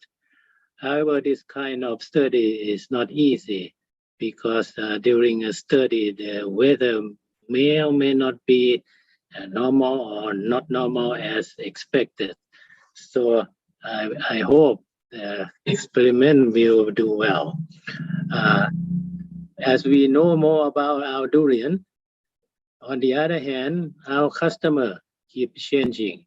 Once they are familiar with the variety that we are selling like Montong, they demand for new tastes and new experience. However, we have very limited knowledge of other cultivar. We only know about the popular cultivar, but we even know less about our customer. For example, in Thailand, we found only one study dealing with customer. We used to believe that the Chinese consumer prefer fully ripe and overripe fruit, not like the Thai. But this study shown in this table and showed that at least a fifth of the Chinese customer prefer the fruit that are just start to ripen. So if we can understand more about the customer, we can serve them well. We need to know the difference between group of customer, between age group, between gender, between ethnic group, and so on. So we need more customer research and also need more research on other cultivar. Back for Montong durian, usually we deal with the less mature one for our foreign market. But to be competitive in the future, we need to work on fully mature Montong to have a better quality. But can we ship fully mature Montong to our market?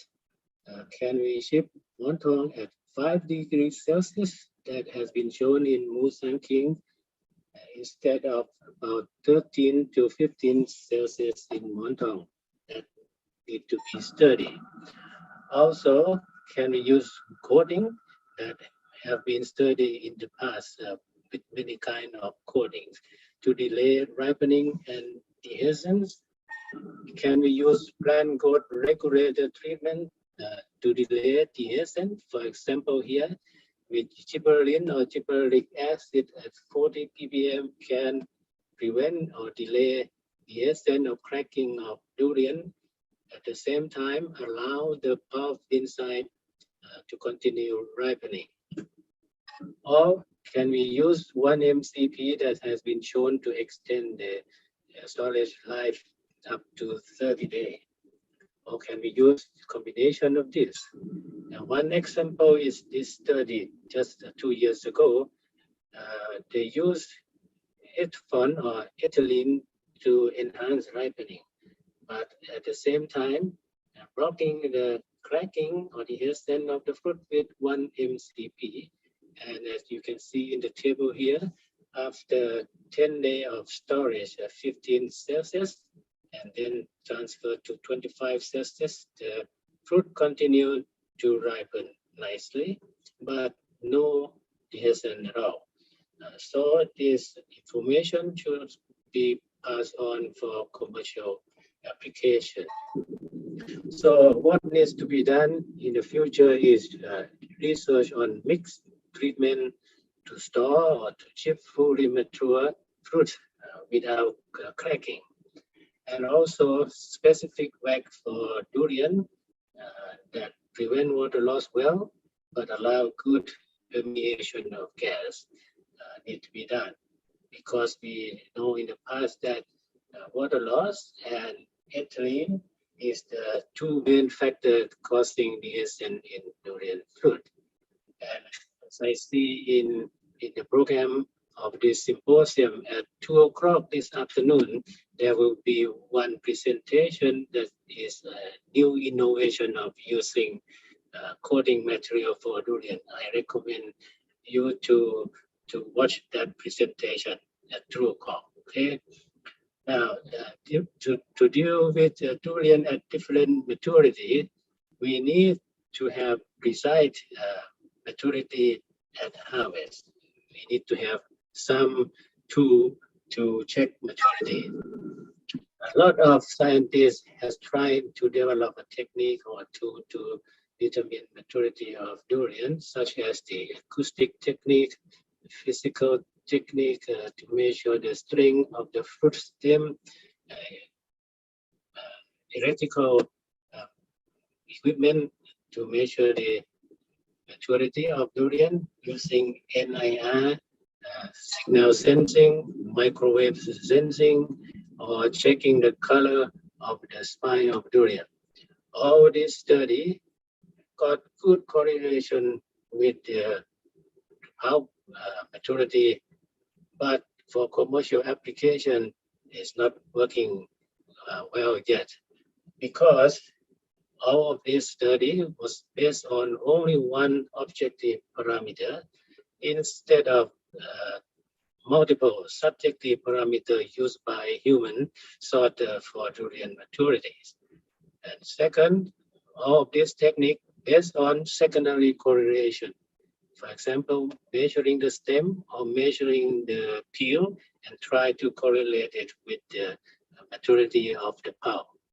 And last, it's all based on just a few sets of data, meaning a few study from a few years or a few areas.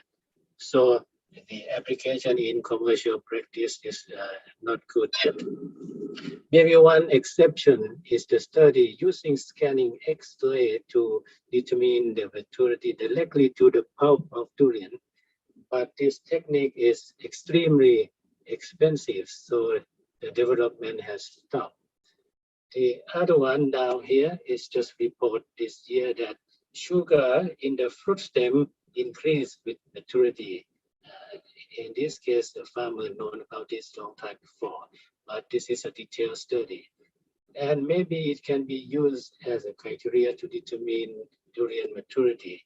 Whether it will be able to apply for commercial use has to be wait and see. What I propose is that for checking maturity of durian, we need multiple sensing. Perhaps it can be done on conveyor belt. Durian may be weighed on a conveyor belt and then determine volume and calculate for specific gravity of durian, then measuring the color of the peel, listening to the knocking sound, recording the NIR or microwave signal, and send all the information to the artificial intelligence using machine learning technique and segregate durian fruit into different maturities. So that, I think, is the way to go. Once we can identify maturity of durian, the next step is to ripen durian. At the present in Thailand, the ripening procedure is to smear ethanol on the cut stem shown here in this slide, and the fruit will be ripened at the destination. This method is quite efficient and also is safe. As you can see in the table down here, for the residue of ethanol, we found very little in the pulp of the ethanol, much lower than the 2 milligram per kilogram of the whole fruit. Also, when we measure the whole fruit, all the treatment that can be used to ripen durian also lower than the minimum residual limits. However, many people don't like chemical in the fruit, like the ethanol here. So now we are trying better technique. Now we can recommend that 2,000 to 4,000 ppm of ethylene fumigation for 12 hours can ripen durian very well. But we still need more research and try to set up a standard for ripening durian at all different maturity stage. And perhaps we can ship not ripened durian and not induced to ripen durian to the market, and ripen durian as the distribution center in the imported country, just like what they are doing with banana nowadays. That we might be able to do that in the future. Once durian is ripened, ripeness detection is also required for a specific stage, because different consumers prefer different stage of fruit durian ripening. So we need some technique to do that. Quite a few researchers has developed sticker that can indicate the ripeness of durian, as shown in this slide. However, the application in practical world is not quite well, because of the environment surrounding the fruit can influence the color development of this kind of indicators. Other two is this one, ripeness detection pen, using a needle to punch into the fruit and try to measure the firmness of the pulp and tell whether the fruit are ready to eat or not. However, this is a destructive method or procedure, so some people don't like this technique. Anyhow, it's worked quite well. What I think should be the future is the fact that when durian start to ripen, the respiration going up, and the core temperature can go up higher at 6 degrees Celsius than when it's not ripened. And this year, our Malaysian scientists has reported the use of the thermal image camera to distinguish between unripe, ripe, or overripe durian, as shown in this slide. And as we all know that we can download application into our mobile phone and converted our mobile phone into a thermal image camera.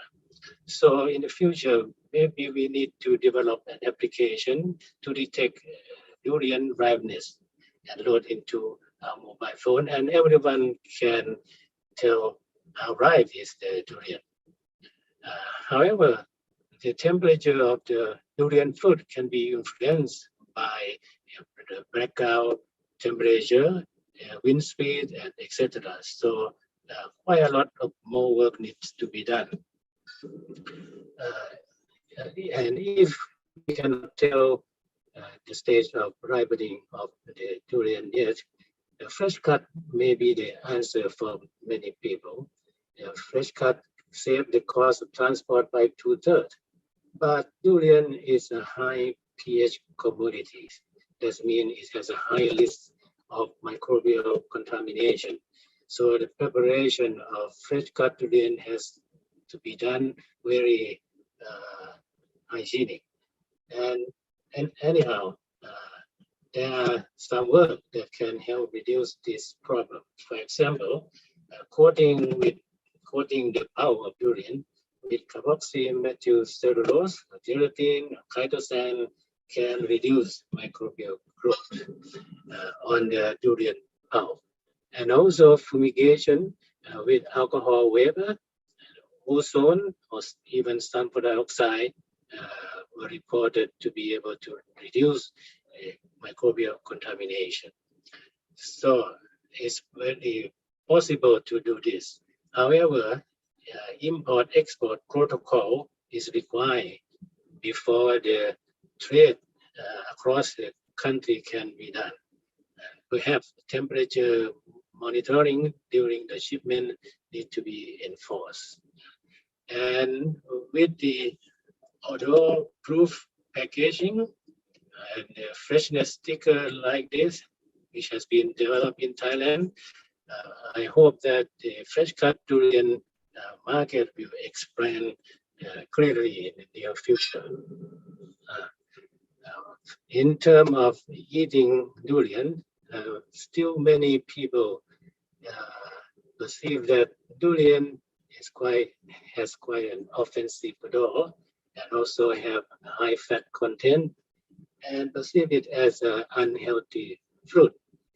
However, with this research from Singapore working on durian genome, they focus on the ripening process of durian and report that the methionine gamma lyase gene, MGL gene, along with the ACC synthase gene, is upregulated during the ripening of the durian fruit.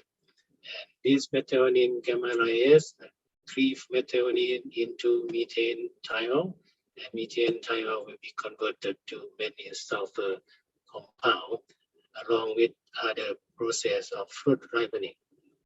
And also they compare this methionine gamma lyase gene expression between Musan king and Montong and show that there are more expression in Musan king.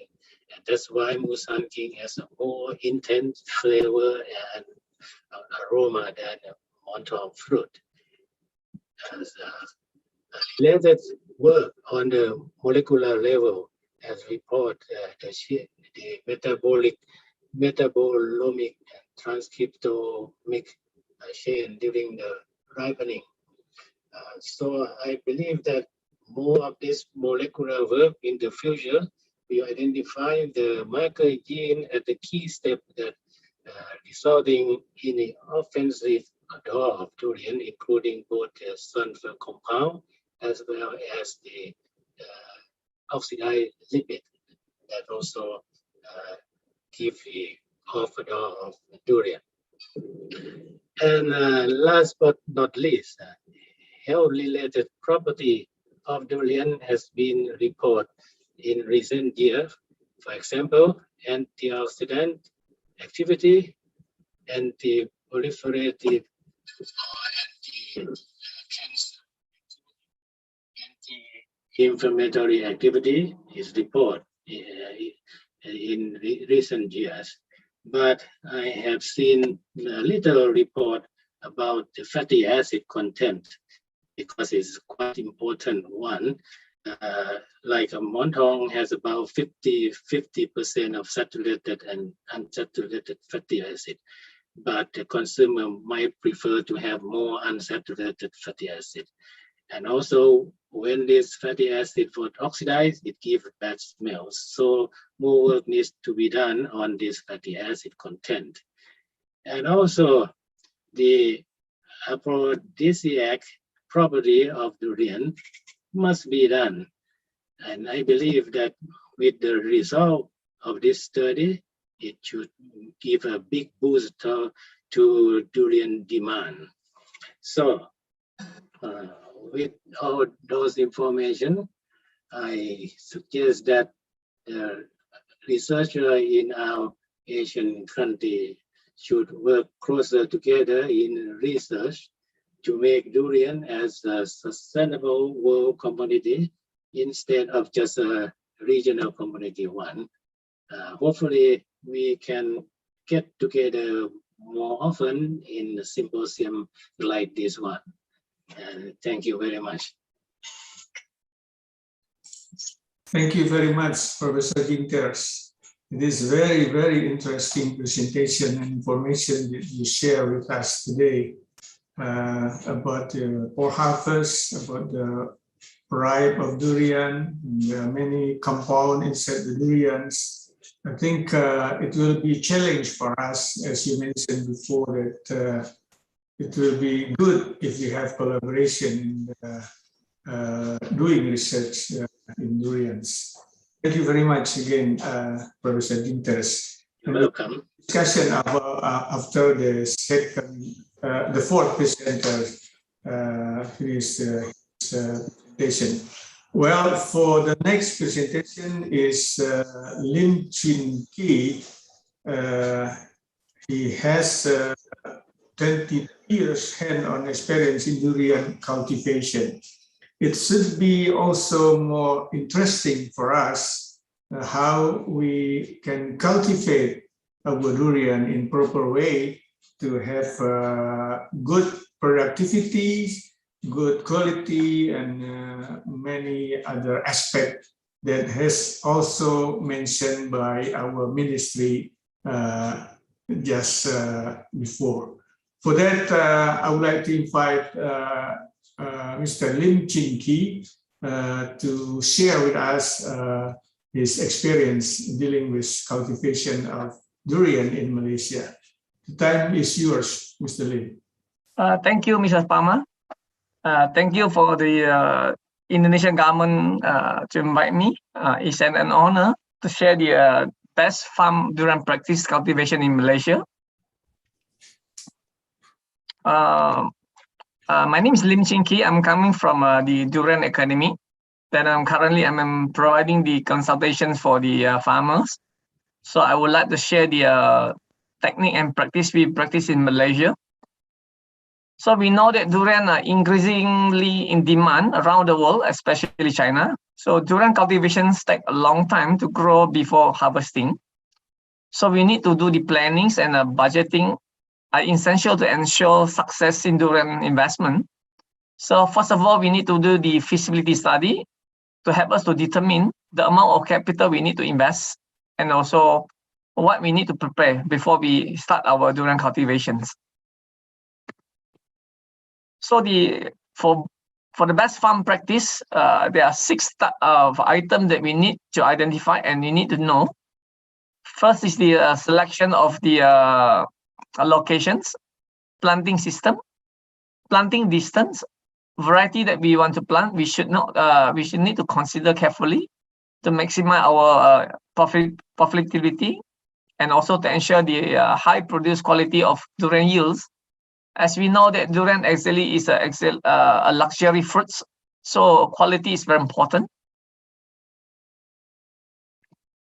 Second, before we want to plant the durians, we need to look for the good quality saplings.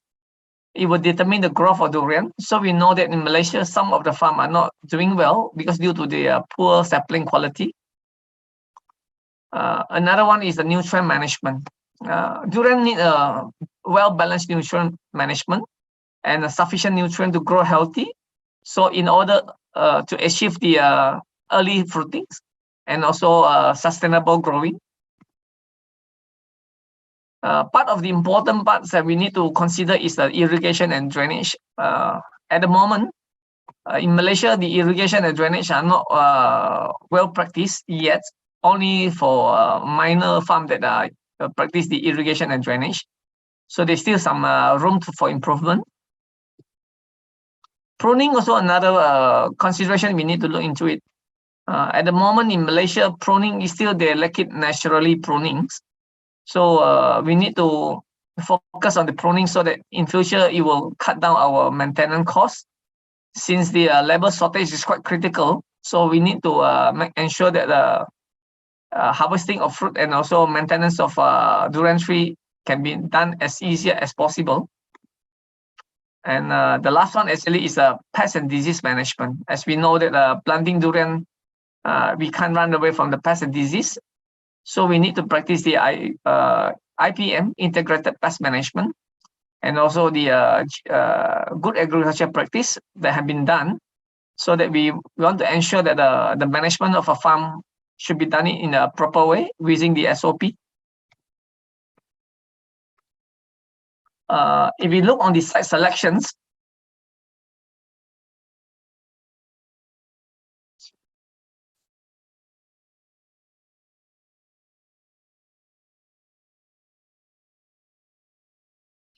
sorry, I have some problem with my presentations screen.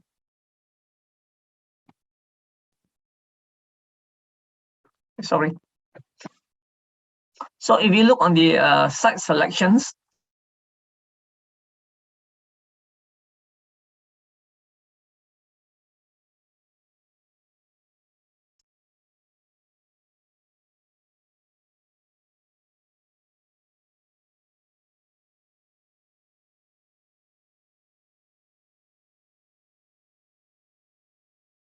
the planting in hilly.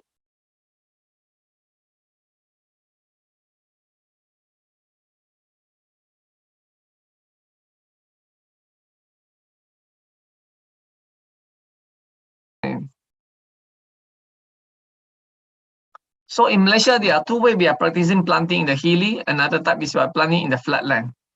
But majority believe that planting in hilly are doing better than planting in the flatland. That's only that we need to look into the drainage. So terrain suitable for durian production is in an area that almost flat or slightly sloping, well drained, and not swampy area. The efficiency of a crop maintenance, irrigation, and harvesting operation is greatly enhanced in the farm with this type of topography. So if you look on the topography that either the hilly and the flatland, if like in the flatland, we can do it full mechanizations, such as pesticide apply, P&D, or the grass control, or the application of fertilizer. So we can reduce a lot of dependent on labor. So the efficiency of the maintenance will be greatly improved. Elevations. Durian, the most suitable to plant durian as good as 600 meter and below sea level, from the sea level. So to plant durian, actually in the future, that would be great that we can plant in the flatland with the molding technology that it can improve the drainage. So before plant durian, we need to know what type of soil that is suitable for durian to grow. So the best way of durian cultivation is that, if possible, try to avoid that planting in the clay or rocky area or the waterlogged area. So durian actually, the root system is growing around 3 feet on top of the soil. So the best pH is around 5.0 to 6.5. And durian will grow well in the slope around 5 to 10 degrees and around at the foothills. So planting durian, another important part is that we need to look into the water source.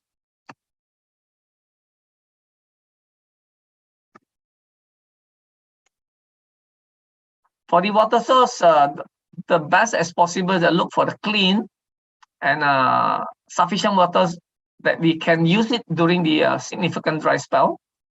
If the water source is milky or muddy, that it will not so suitable for durian to grow healthily. But of course, sometimes we don't have the choice. So if it's possible, we try to look for the clean, and then also the content of oxygen is high, especially if the water is flowing from the waterfall. So in planting durian, we need to make sure that we have adequate quality and quantity for durian cultivations.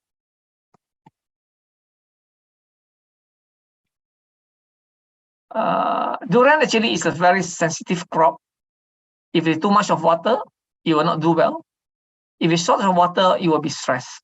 So this is an example of the durian cultivations. If we are overwatering, or if the soil are not well drained, this is a kind of a symptom that we can always see it in durian farm. The leaf will turn yellowish, and the leaf turn yellowish is due to the water saturation in the soil. Lack of oxygen will cause the root to rot. So when the root is rot, the uptake of nutrient will greatly reduce, and the sign of yellowish will appear. So planting durian, the best is that we can cultivate in a higher place a bit, some sort like soil molding, so that the drainage or the soil ventilation will greatly improve.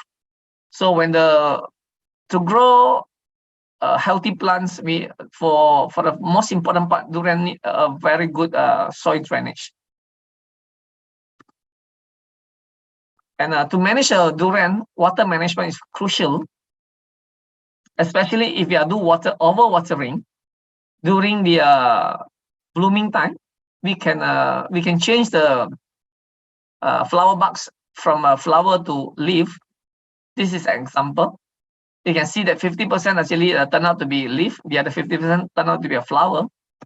So to manage a durian well, we need to know when we need to do watering or when we need to stop watering. So this is part of the important part. Either the heavy rain or excessive irrigation will cause the flower bud turn to vegetative. So if you are after flowering, let's say that we're short of water or the dry spell come in, you can see that certain part of the flower will start to dry off. And this will cause the stress. Eventually also the fruit setting will be poor. So to have a good success in durian, a good drainage, adequate watering during the rapid development of fruits will determine the quality and quantity of the durian fruits. So normally we have some issue of quality. We know that durian, we talk about all the time, we talk about its quality. This is example of the marginal water deficit. This is commonly we can observe in especially the clone of Musang King. When we lack of water during the fruit rapid development, either we can see that some of the seed are exposed, the flesh are unable to cover the whole seed. This is some quite common of the issue of water deficit during the fruit rapid developments. Or sometimes we can see that some black spot on the flesh. This is also another indicator of marginal water deficit. If you look on the another picture, severe water deficit, you can see that all the seed also start to turn a little bit blackish color. This is quite common happens, especially during the dry spell, or on the week 3, or sometimes on the wrong fertilizations. So against that, good drainage, adequate watering during the rapid fruit will determine the quality of the durian fruits. So if you look on the land preparations, the best cultivation on durian, we need to know that the first of the important thing is the land preparations. The technology of soil mound. This idea we have been practiced in Malaysia ways back, 18 years back, when I was start cultivating and providing the service of durian. Today we already aggressively promoted in Malaysia. So the advantage of making soil mound is to avoid stagnant water at the base of the tree, and at the same time it will provide a good aeration for the soil and reduce the soil compactions, and this will improve the soil drainage and allow soil to dry faster, either after rain or watering, and this will provide a better conditions for durian to grow healthily. So if the soil is not well drained, you can see that of this picture, the tree turn yellowish. So we know that root need a lot of oxygen to function properly. Therefore, if any durian tree is submerged in the water for too long, or the water saturate in the soil, the tree can drown, and then the root will start to rot and die. So as a result, choosing a well-drained location for your planting is as important to ensure that we have a long-term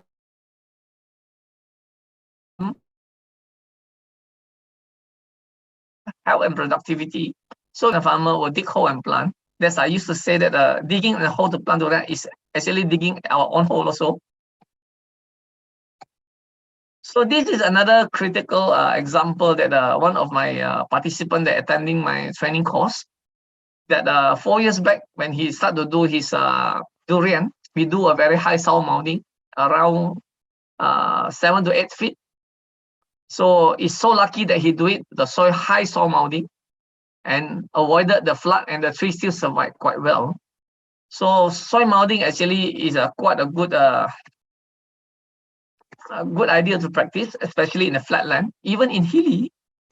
So this is an example that whereby farmer planting without soil mounding, and the flood set in. After plant 1 year, all the trees are dying. So it is quite sad that many farmers fail to plant the field, but grower still repeat the same mistake. So it is good that we can avoid those mistakes, and the most we can afford to lose is time. In the nutrient management part, one of the most key important is nutrient analysis, so that we can provide the right amount of fertilizer, especially amount of nutrient to the plant. As we know that to produce a good quality durian, nutrient play an important part. Beside nutrient, good drainage, sufficient watering, good farm practice are all the combination factor that contribute towards quality durian productions. So using the nutrient analysis through the soil and leaf, that you can also give us an indicator how much of nutrient shall we apply. So by the nutrient management also, we actually can control the durian husk thickness. If you look on these three pictures, this is the thickest husk of durian. This is the medium. This is the thinner. So if the durian husk is too thin, usually the shelf life will be shorter and easily crack. So the selling price will be lower. In Malaysia, we grade it to grade A, grade B, and grade C. So if your husk is cracked, automatically your fruit will be downgraded to grade C, and the price you get may be only 1/3. So if a husk is thicker, of course the shelf life will be longer, but at the same time for the consumer, you need to pay for higher because durian are selling in the whole fruits. So possible that we look into the medium thickness of the husk so that our durian can last longer, and at the same time, a consumer can having a good quality fruit in betweens, combined on the thickness of the husk of durians. So another typical problem that happened in Malaysia last time, this is a D24. D24 you used to have this problem quite regularly due to the calcium deficiency, and it will cause the end rot at the bottom of the durians. With the knowledge and experience the farmer go through, today's of D24, we actually have less little of this problem. But since D24 demand is also not so great compared to Musang King, many farmers in Malaysia start to change their variety to Musang King. So this is one of the part of the nutrient management that we need to understand what the durian needs.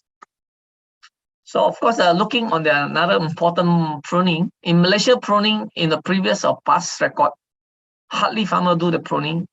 Majority will leave it natural pruning. That means that very little prunings. But with today understanding and knowledge, the new investor and farmer will start to adapt the technique of pruning. So we want to control the height of the durian as low as possible, so that in future also that we can also harvest a durian earlier, about 2 days before market. So we have a little bit of a flexible time to handle the durians. So if a durian is too high due to the level shortage, to apply the maintenance of pesticide and also harvesting and doing the fruit thinning is very difficult. If you look on the example of this picture, actually the worker will be taking bath together with the pesticide. So this is very challenging and it's not healthy. Whereby if the tree got taller, the possibility of topper when the windstorm is also drastically increased. So if possible that we want to do it pruning, not to control the height only, but at the same time to increase the tree strength, also increase the productivity and reducing the disease. So the air circulation will be greatly improved. The best part of pruning that we should done, that if possible, we've done it as early as possible. Many that in Malaysia still not really start the pruning, but now because through the new media, YouTubes, many people start to learn it, that they understand the importance of pruning, so that we want to see that in future durian tree will be just like the mango tree, like the guava, whereby it's reachable to harvest or reachable to do the maintenance. This is before pruning, and this is after pruning. We need to remove most of the verticals, especially 90 degree and above, that if you consider that one is actually vegetative branches, so that we want to keep as much as possible of the reproductive branches, whereby the branches is about 90 degree and below. That is a reproductive branches. So if possible, we try to do our pruning as soon as possible when the tree is established after 6 months of planting, so then we can start to get the right shape and the branches. If we don't do the prunings, there will be extra costs we need to do, especially we need to using the cable to tie on those V branches.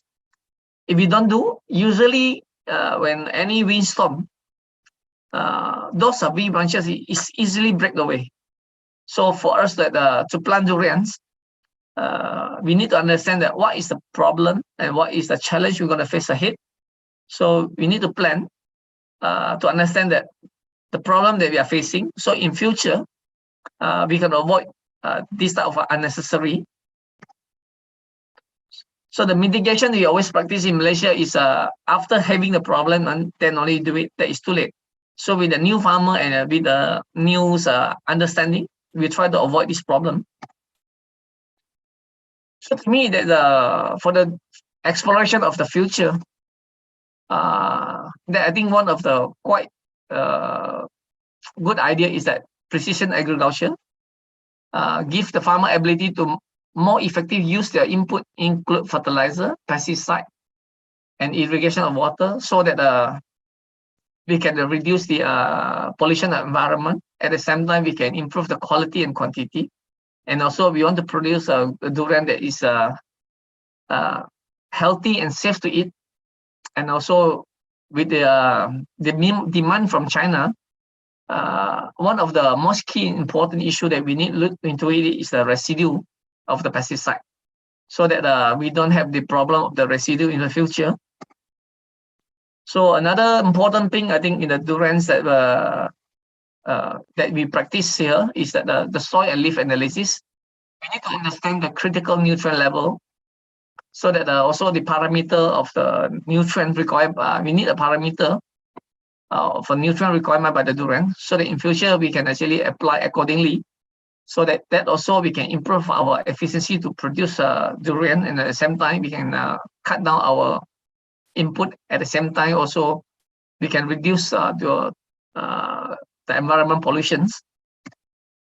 So in durian, the best practice is sustainable agriculture in durian cultivations. This is an example of the farm that we are using the technique of good soil drainage and irrigations, whereby even though if you look on this picture, we actually in a plant in a hilly, but we also doing the soil mound to ensure that this is a double insurance, to ensure that there's no water clog. And this farm we try to use it as much as possible of the past experience of farmer mistake, that we don't repeat it. And we found out that the uniformity of this farm come to almost 98%. The trees are growing same size and healthily without showing any sign of a disease. So that we need to do apply plenty of organic matter, and also we need to create a natural environment for the tree to grow. As we know that durian tree is coming from a jungle, so durian tree need a jungle environments. Jungle environments mean that we try to create as much as possible of the thing that the durian needs. So please do what the durian tree needs, but don't do what we want. So ensure that we can cultivate durian successfully. Thank you so much. That's all my presentation for today. Thank you. Thank you very much, Mr. Lim. So it's a great experience in planting and producing durian in Malaysia. I think there are many lessons that we can take from your experience. For that, again, thank you very much. And we come to our discussion today. please, Professor Jingters and also Mr. Lim can see the chat box. There are some questions there about many things that you have just mentioned in your presentation. Yeah. Yeah, for the first one, I asked Professor Jingter to answer the question. There is a question from Tibiani from University of Brawijaya in East Java. He said that his place in Malang is one of the center of durian in Indonesia. But dealing with the policy of the Thailand government, that Thai durian can be exported worldwide. Please tell a short story from 20 years ago until now about the export. This is the first question. Please, Professor Jingter. Well, for the government policy, I think I can summarize as they allow free trade, not much regulation for exporting fruit abroad, except for phytosanitary. I think no direct policy to export to any place in the world. Just wherever the merchant can find the market, they can do it without restriction. Yeah, thank you, Professor Jingters. And then the other question goes to Mr. Lim from Jamila, Unitas. Okay. She asked about the fruits rinsed from the root. Is there any fruit rinsed from the root, and can it be good fruit or same taste as the branched one? Usually, as we know that the fruit is being produced by the leaf, we discover that the fruit that actually bear near to the trunk or the branches are not as tasty as those near to the edge of the branches, whereby the nutrient and the water will be balanced. If the fruit is near to the trunk or to the roots, the water is slightly higher. So usually we find out the taste is not as good as those in the branches. Yeah. Okay. Yeah, most of them come from the branches, right? Yeah. Well, another one from NLP Driani. She asks, how do you keep the flower buds still become fruit at the condition of high rainfall? Okay. Usually we can using a high potassium to suppress the new leaf of growing. But if the rain is too strong and too heavy, sometimes it's very hard to control, except we go for the rain shelter, planting durian in the in-house planting. I would think that this will be a great idea in the future, that we can also practice durian in the planting durian in the shelter. Okay. Another question is from Adi Prima, dealing with practices cultivation. Have you ever used specific fungi such as mycorrhiza while planting on certain field? Or any recommendation from you regarding the organic matters? It's very practice. Yeah, please, Mr. Lim. Well, I do observe some people practice mycorrhiza in the oil palm, and they're showing some good of performing. But whereby durian, I so far didn't see yet anyone practice it. But I believe that if we can using some organic matter plus some mycorrhiza, blend into the soil to grow durian, it will be helping the trees. But so far, I doesn't see anyone practice yet. Well, thank you. And another question is from Chatur Mirzada. He asks, is there any parameter of durian for soil and leaf? Well, actually, the parameter that we have, actually, if you refer back to the presentation by the Madi last time, and also some of the paper that I see from Thailand's we can use it as a guideline, but to me, we need still some time to study the real demand of the durian accordingly. By the parameter, I think so far we don't have the complete yet. Okay, thank you very much. Yeah. For the next one, I would like to ask the one that raised their hand. The first thing is from Sukartini, please, Ibu Sukartini.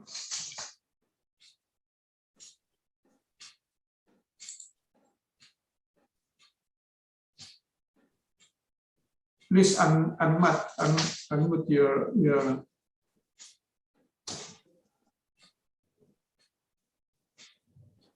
Bisa nggak, Pak? Okay, Yeah. thank you. My response and question, especially for Professor Jingter. In the first question, according to you, in the future, what is the trend in demand of durian regarding the quality in Thailand and Asia? That I mean, as a health point of view, besides issues about antioxidant and anti-cancer.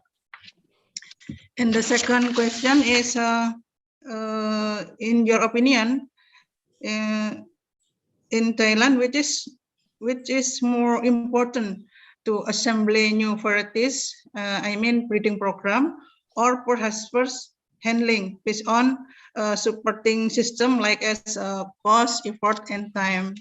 And the third question is, in Thailand itself, which is the focus issues of research being carried out for the durian breeding program? Thank you. Yeah. Please, Prof. Jingter. Just for the first question, I think right now the consumer don't care much about the quality. I mean the property of durian, whether it's an anti-cancer or anti-inflammation. They don't care much about that. I think those information will be important for the people who don't like durian or never taste durian before. But for the durian lover, probably they don't care much about that. And the third question, you are asking about the breeding program. Yes. Our breeding program is now try to develop a hybrid that has a good disease resistant. That's the main area that we are trying to do. Okay. Thank you. Is it okay? Is there any question from the floor? I think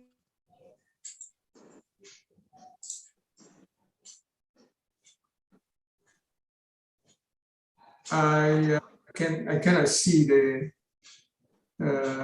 one who raised their hand. So I think we should stop our plenary session today. And we have some experience. We have followed the presentation, a nice presentation from the fourth of our keynote speakers today. For that, I would like to say thank you very much to Mr. Lim. Most welcome. Yeah. Most welcome. And then also to Professor Jingter, and then also to Jasper Carlson and Lindsay Jessic for their valuable share of information to us today. Thank you very much. And then for that, I would like to send it over to our Master of Ceremony. Thank you very much. Thank you, and Sawadee.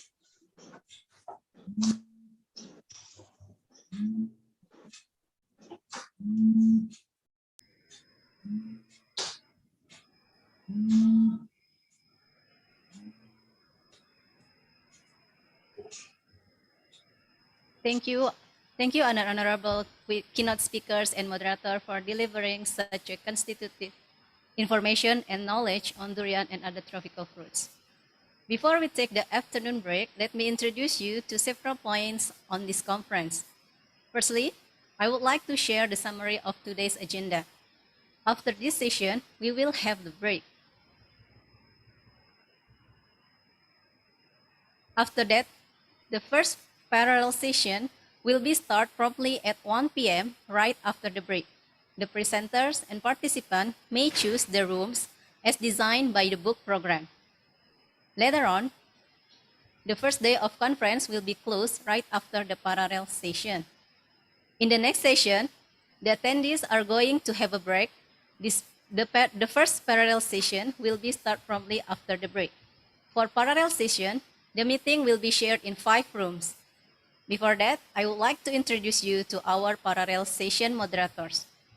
For room 1, the Cultural Practice and Plant Production Room will be moderated by Professor Dr. Slamet Sutanto from Indonesian Society for Horticulture.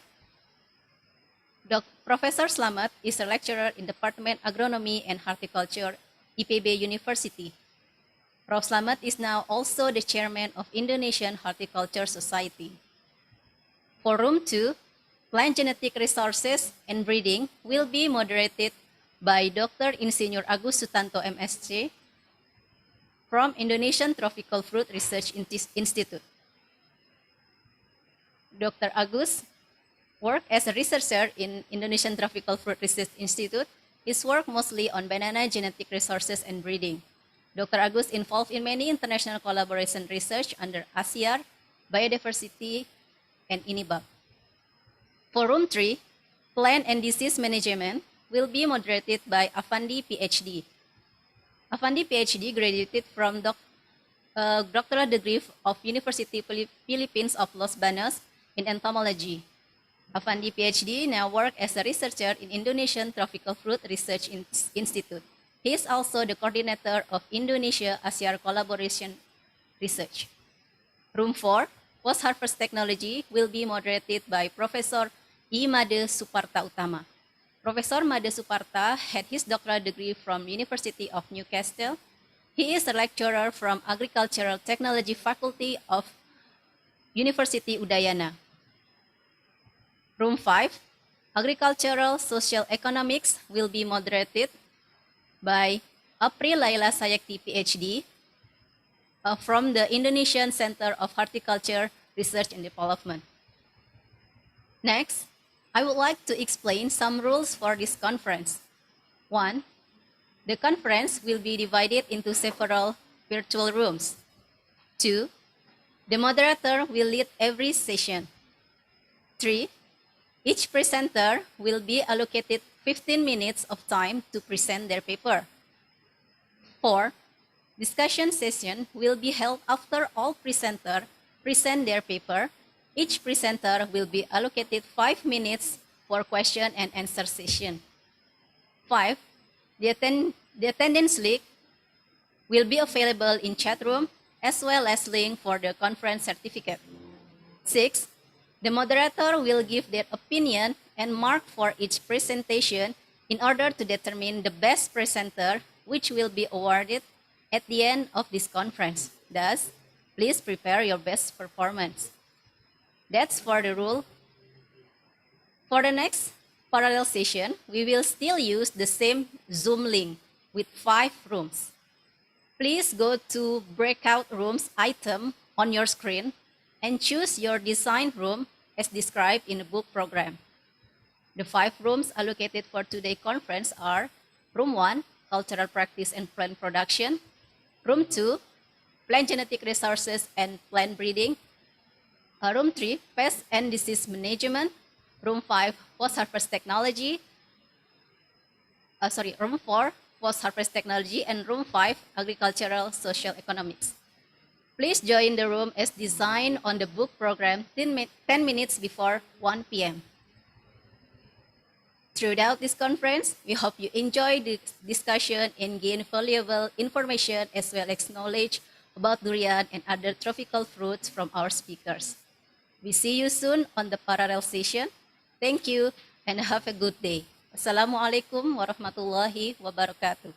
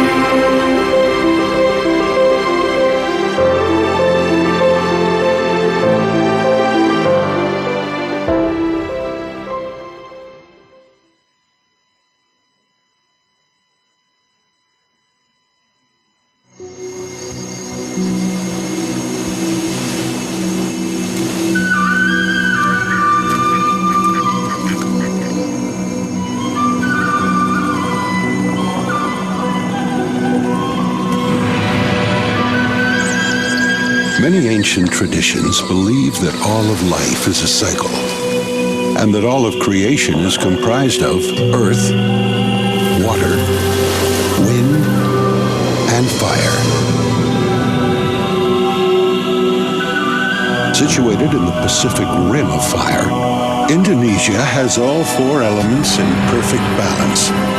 Rich volcanic soil, a tropical climate with plentiful rainfall and bright sunshine create the ideal growing conditions for the king of fruit, the pineapple.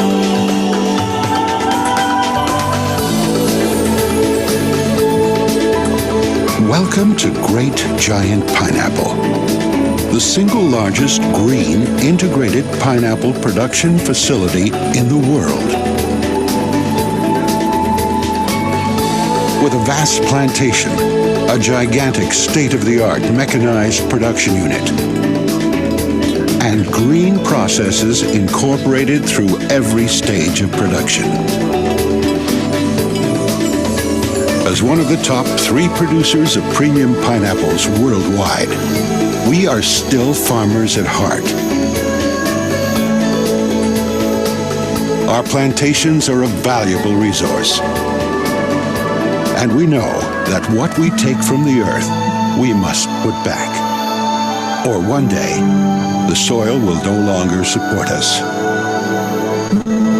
We know that although there is a cost involved in going green, profits do not have to take a hit. In fact, incorporating green practices has significantly boosted our yield per acre.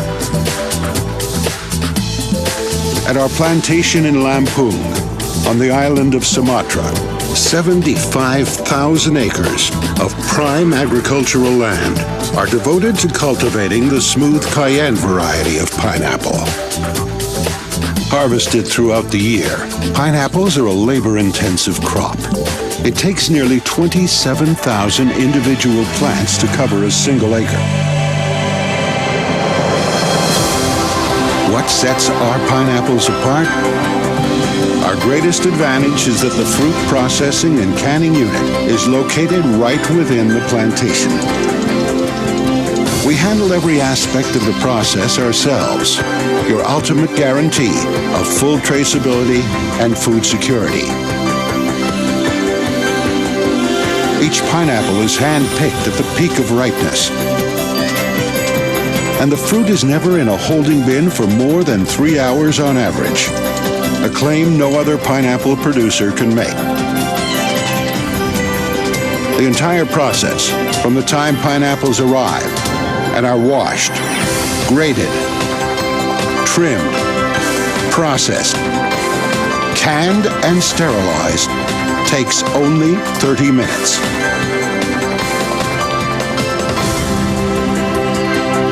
We manufacture our own cans in a variety of sizes to suit different needs. And we ship the finished product to over 50 countries. Quality control, one of the cornerstones of our operations, has earned us the trust of our partners. We take great pride in the high quality of our products, which exceeds stringent international standards. And the award from Kahati, one of Indonesia's foremost environmental organizations, further validates our sustainable efforts in going green. At our plantation, nothing is wasted. Every part of the pineapple is utilized. The feedlot, originally conceived as an ecologically sound solution to the issue of pineapple waste disposal, now provides organic compost for our fields. In addition, between each pineapple crop, we plant grass, cassava, sorghum, and legumes to enrich the soil with essential nutrients. We have also planted tropical bamboo along the river and slope areas of the plantation to minimize soil erosion. Every harvest amply demonstrates that these green practices are literally bearing fruit. Going green is a process, not a one-time project. Over the next 5 to 10 years, top management is planning to go even greener, decreasing fossil fuel usage by 30% and replacing it with renewable energy, decreasing the use of inorganic fertilizer by 40%, and increasing yield and quality by 50%.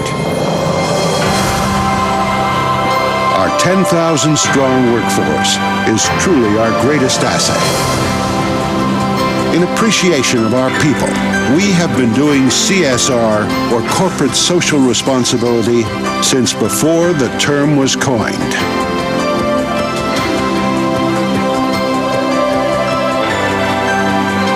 Marking the end of another productive day at the plantation, we would like to thank our partners for the long and fruitful relationship with Great Giant Pineapple. With each new day dawns the opportunity to create and nurture the next cycle of prosperity and to reap the rewards of a great giant harvest together.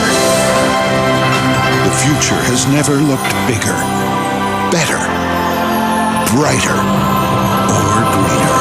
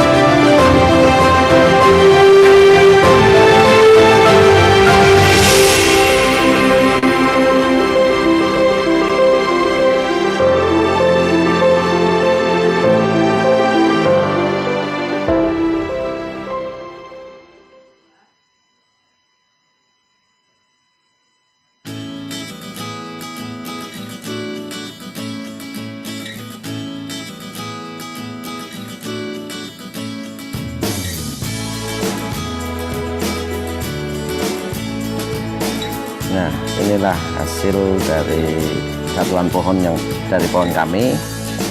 Meskipun baru jatuh, tapi sudah memenuhi syarat untuk bisa dikatakan power sempurna. Warnanya dapat, teksturnya maaf, ini kayaknya teksturnya dapat, rasanya insya Allah dapat. Ini dari perawatan dari produk Merauke yang saya gunakan dari Mutiara 1616, profesional, TSP 46, Karate Boron Plus, dan Super Kali plus unsur mikronya pakai Vitoplex. Silahkan dicobain Mas Denny. Oke, sahabat Mutiara, kita coba durian bawor yang jatuhan. Seperti apa rasanya? Jadi secara rasa kuning ya Pak Selamat ya. Jadi secara warna kuning masuk. Kita cobain seperti apa rasanya. Mantap Pak Selamat, sumpah. Beneran? Mantap. Ini pahitnya sudah dapat ini. Dapat. Sudah dapat. Seharusnya ini belum modal. Keren ini, keren. Jadi rasa pahitnya dapat, manis legit, mantap pokoknya sumpah. Perkenalkan, nama saya Slamet dari Banyumas Kemerancen, salah satu petani durian bawor di Kemerancen yang menggunakan produk dari Merauke. Kita menggunakan Merauke sekitar hampir 2 tahun. 2 tahun panen ini kita menggunakan Merauke. Cara aplikasikan kita itu pakai yang Mutiara 1616 kita gunakan setelah panen untuk recovery atau generasi pohon biar lebih seger lagi, untuk menjadi lebih lebat, daunnya lebih baik lagi dan kondisi pohonnya lebih baik lagi. Setelah itu kita gunakan untuk menjelang masa bunga, kita gunakan TSP Boroni, Karate Plus Boroni sama profesional. Sekitar dalam satu bulan kita aplikasinya sekitar 2 kali. Setelah keluar bunga itu baru kita aplikasikan yang MKP juga, Karate Boroni juga, Subur Kali sama profesional untuk unsur makronya, dan untuk unsur mikronya kita gunakan Vitoplex untuk kita semprotkan ke daunnya. Ada yang kita kocorkan juga, yang kita kocorkan itu kita tambahkan ke MKP, kocorkan ke tanah, dan juga ada yang disemprotkan ke pohon dan daun buahnya. Tapi aku gunakan itu, ada yang buat testimoni yang saya tidak bakal lakukan pakai perawatan itu. Perbedaannya cukup signifikan. Yang kita pakai perawatan ini lebih besar, buah-buahnya lebih besar, insya Allah kualitas buahnya juga lebih baik. Ini berkualitas yang kita pakai perawatan. Sedangkan yang untuk tidak pakai perawatan ini buahnya agak kecil, kayak seperti nggak mekar gitu loh. Ini nggak mekar. Untuk hasilnya kita nggak tahu, kita review boleh. Kita lihat yang tidak pakai perawatan.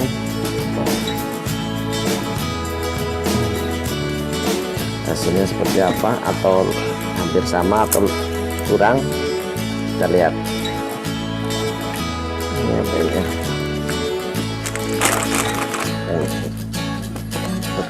Ini yang biar lebih tahu.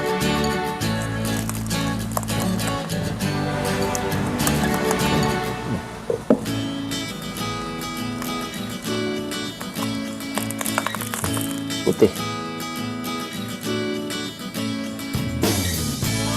gagal, durian gagal ntar masuk. Yang nggak pakai, nah yang pakai ini masih sudah saya buka dan kita rasakan rasanya sempurna, dan buahnya juga lebih besar rata-rata yang sempurna.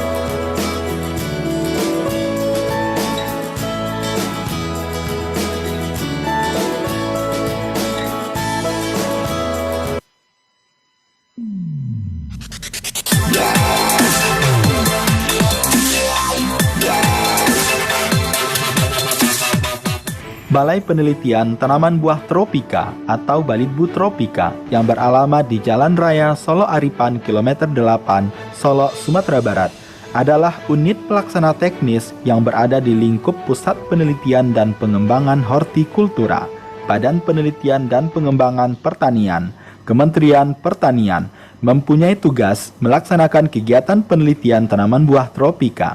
Balitbu Tropika merupakan satu-satunya lembaga penelitian tanaman buah tropika yang ada di Indonesia. Sejak didirikan pada tahun 1984, mengemban mandat nasional untuk melaksanakan tugas dan fungsinya sebagai lembaga penelitian bidang tanaman buah tropika.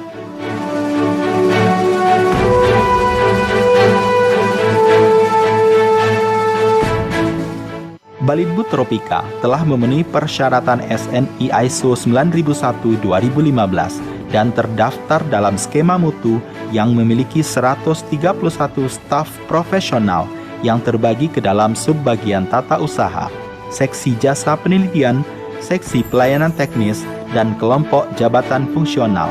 Sesuai tupoksi, peneliti dibagi dalam kelompok peneliti yaitu Kelti Pemuliaan, Kelti Hama dan Penyakit, Kelti Ekofisiologi dengan komoditas utama durian, pisang, mangga, manggis, pepaya, salak, semangka dan melon, rambutan, alpukat, nenas beserta buah tropika lainnya. Balitbu Tropika memiliki 6 kebun percobaan yaitu IP2TP Aripan yang berlokasi di Solo, Sumatera Barat, IP2TP Sumani yang berlokasi di Solo, Sumatera Barat, IP2TP Subang yang berlokasi di Subang, Jawa Barat, IP2TP Cukur Gondang yang berlokasi di Pasuruan, Jawa Timur,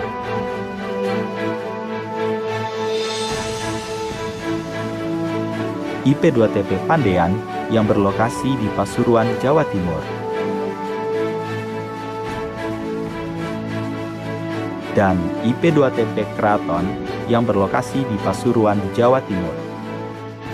Dalam menunjang kegiatan penelitian, Balai Penelitian Tanaman Buah Tropika memiliki laboratorium yang telah mengantongi standar ISO IEC 17025-2017. Standar ISO ini telah menjamin kompetensi sebagai laboratorium pengujian dan laboratorium kalibrasi. Laboratorium di Balitbu Tropika terdistribusi sebagai laboratorium pemuliaan dan kultur jaringan, laboratorium kimia dan pasca panen, laboratorium proteksi tanaman, laboratorium molekuler dan uji mutu, dan laboratorium produksi massal. Unit pengelolaan benih sumber telah memiliki standar ISO 9001-2008 untuk produksi benih durian, manggis, alpukat, dan sirsa. Dengan standarisasi ini, Balitbu Tropika telah menjamin kualitas benih yang dihasilkan. Sebagai lembaga penelitian, Balitbu Tropika telah menghasilkan berbagai varietas unggul baru, di antaranya Mangga Gadung 21, Mangga Agri Gardina 45, Salak Sari Intan kerjasama dengan Pemda Kabupaten Bintan, Manggis Ratu Kamang, Manggis Ratu Tembilahan, Semangka Serif Saga, Durian Tambagos Sungai Tarap kerjasama dengan Pemda Kabupaten Tanah Datar, Durian Kalumpang Sijunjung kerjasama dengan Pemda Kabupaten Sijunjung, Pepaya Merah Delima, Pisang Kepok Tanjung, serta berbagai teknologi dan aplikasi sistem online berbasis website, paten penanda molekuler SNAP, paten kurma rambutan, dan paten pupuk hayati berbahan aktif fungi mycorrhiza arbuscula. Balitbu Tropika memperoleh rekor muri koleksi plasma nutfah pisang terbanyak dan makan nasi goreng pisang terbanyak. Meraih predikat WBK dalam penerapan reformasi birokrasi. Pada tahun 2019 telah menjadi pusat unggulan iptek nasional. Pada tahun 2019 memperoleh predikat breeder berprestasi dalam kategori hortikultura, menjadi juara umum dalam Lomba Inovasi Sumatera Barat, serta meraih predikat informatif dalam pengelolaan PPID, dan meraih anugerah Abdi Bakti Tani tahun 2019 dan 2020. Balitbu Tropika telah menjalin kerjasama dengan berbagai stakeholder dalam pembangunan buah tropika, pembinaan penangkar benih mangga di Probolinggo, Jawa Timur, kerjasama dengan PT Hijau Surya Biotekindo dalam produksi benih pisang kultur jaringan, kerjasama dengan PT Great Giant Food dalam penelitian dan pengembangan buah tropika, pembentukan kampung sukun di Sawah Lunto, Sumatera Barat, kerjasama dengan pemerintah daerah Sumatera Barat, kerjasama luar negeri bersama Asyar dan Queensland University. Balitbu Tropika telah mendistribusikan benih hampir di seluruh wilayah Nusantara dalam menunjang pengembangan buah tropika, serta telah melakukan berbagai bimbingan teknis dan pendampingan teknologi untuk mempercepat diseminasi teknologi buah tropika kepada masyarakat. Berikut beberapa testimoni dari pengguna teknologi Balitbu Tropika. Ini kalau daging buahnya rasanya agak kenyal, juga rasanya manis, warnanya sesuai dengan namanya, merah delima. Sinar Samudra Agro itu sendiri sudah bekerja sama dengan Balitbu sejak tahun 2019 dan kami sangat berterima kasih kepada Balitbu. Jadi pepaya dari SYMPOSIUM ini berasal dari jadi selama ini banyak yang menyampaikan mungkin di media sosial sampai dinamain dengan pepaya madu, pepaya California. Sebenarnya itu adalah pepaya merah delima.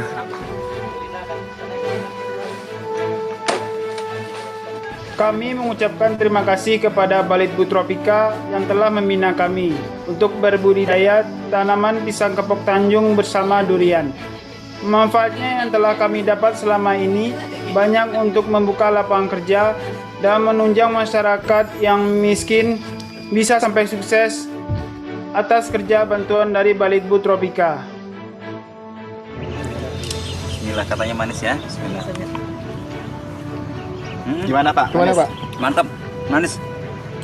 Most pleased to see that the Smart D project has been able to contribute to the development, skill building and knowledge building of the center staff. Dan manis, kemudian bijinya kecil, dan kemudian renyah lama kan ya, lama memang kayaknya memang sangat tepat untuk dikembangkan di banyak daerah-daerah di Sumatera Barat khususnya dan juga Indonesia. Tadinya kan nggak ngerti nih, cuma lihat YouTube. Nah kalau ini kan praktek secara langsung. Dari orang ahlinya ya? Dari ahlinya di Balitbu dan saya sendiri tadi sudah praktek, saya sudah membuat 2 sambungan tadi. Nah, kamu buat anak muda yang lagi kekinian, sekarang juga mesti nanam buah-buah yang kekinian. Tahu nggak, durian itu harganya mahal, ya kan? Jadi itu buat masa depan kamu. Kamu bisa jualan bibit, juga bisa berkebun dan nanti duitnya buat masa depan juga. Very good.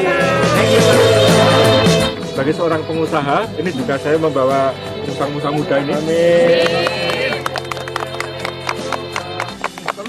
Karena sekarang ini adalah zamannya kita ekonomi kreatif. Jadi ekonomi kreatif itu adalah berdasarkan pada teknologi dan informasi. Tadi menggunakan informasi dan kita akan menggunakan suatu teknologi. Dan teknologi lah perlu kita untuk startup ini semuanya. Nanti akan menjadi orang kaya. Insya Allah kita dalam waktu 7 tahun lagi mereka akan jadi orang-orang kaya. Balitbu Tropika keren. Indonesia!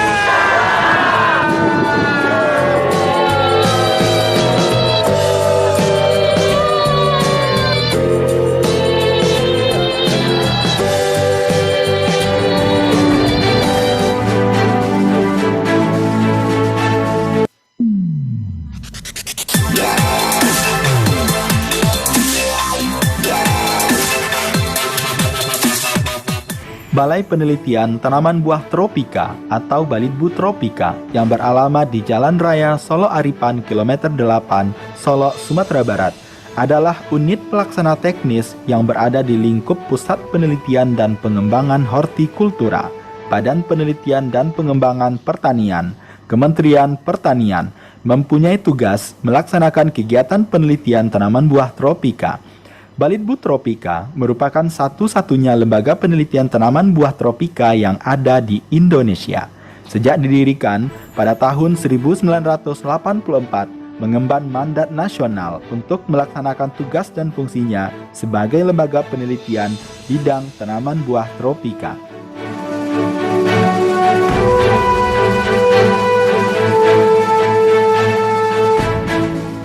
Balitbu Tropika telah memenuhi persyaratan SNI ISO 9001-2015 dan terdaftar dalam skema mutu yang memiliki 131 staf profesional yang terbagi ke dalam subbagian tata usaha, seksi jasa penelitian, seksi pelayanan teknis, dan kelompok jabatan fungsional.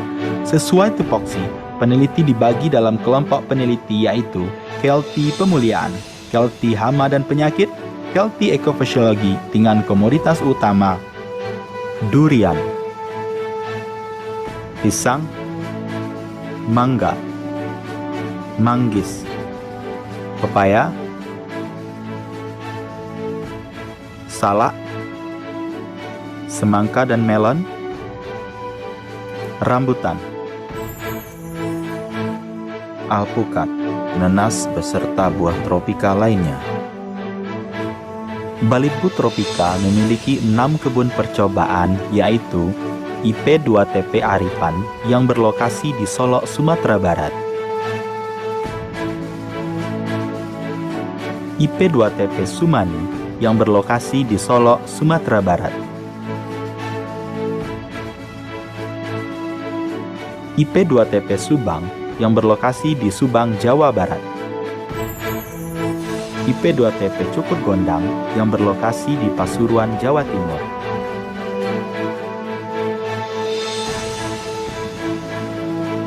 IP2TP Pandean yang berlokasi di Pasuruan, Jawa Timur, dan IP2TP Keraton yang berlokasi di Pasuruan, Jawa Timur. Dalam menunjang kegiatan penelitian, Balai Penelitian Tanaman Buah Tropika memiliki laboratorium yang telah mengantongi standar ISO IEC 17025-2017. Standar ISO ini telah menjamin kompetensi sebagai laboratorium pengujian dan laboratorium kalibrasi. Laboratorium di Balitbu Tropika terdistribusi sebagai laboratorium pemuliaan dan kultur jaringan, laboratorium kimia dan pasca panen, laboratorium proteksi tanaman, laboratorium molekuler dan uji mutu, dan laboratorium produksi massal. Unit pengelolaan benih sumber telah memiliki standar ISO 9001-2008 untuk produksi benih durian, manggis, alpukat, dan sirsa. Dengan standarisasi ini, Balitbu Tropika telah menjamin kualitas benih yang dihasilkan.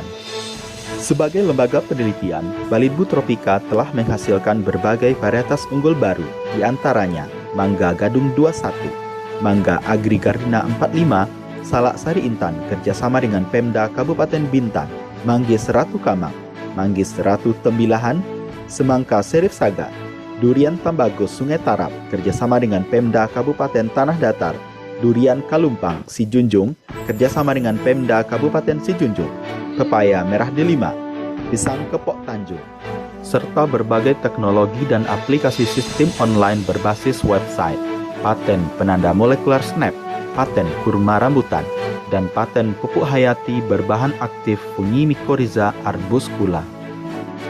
Balitbu Tropika memperoleh rekor muri koleksi plasma nutfah pisang terbanyak dan makan nasi goreng pisang terbanyak.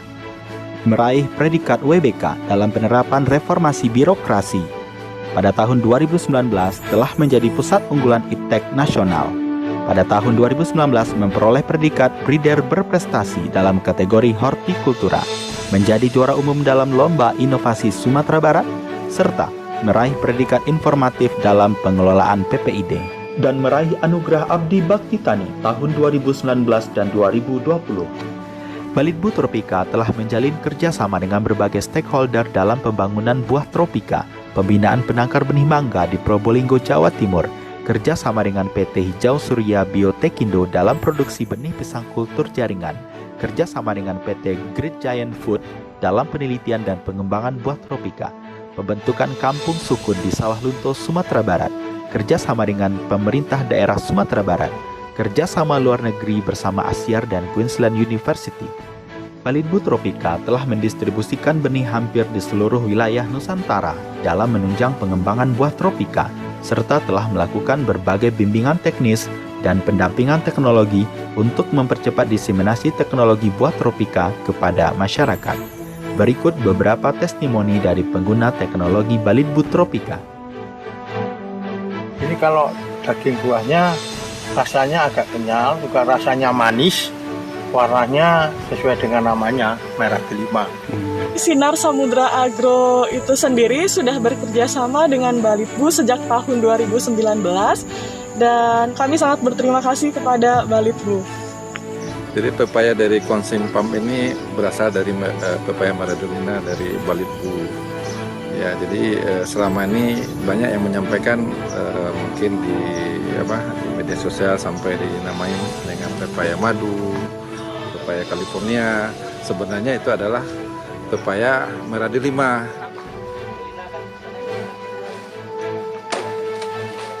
Kami mengucapkan terima kasih kepada Balitbu Tropika yang telah membina kami untuk berbudidaya tanaman pisang kepok Tanjung bersama durian. Manfaatnya yang telah kami dapat selama ini banyak untuk membuka lapangan kerja dan menunjang masyarakat yang miskin bisa sampai sukses atas kerja bantuan dari Balitbu Tropika.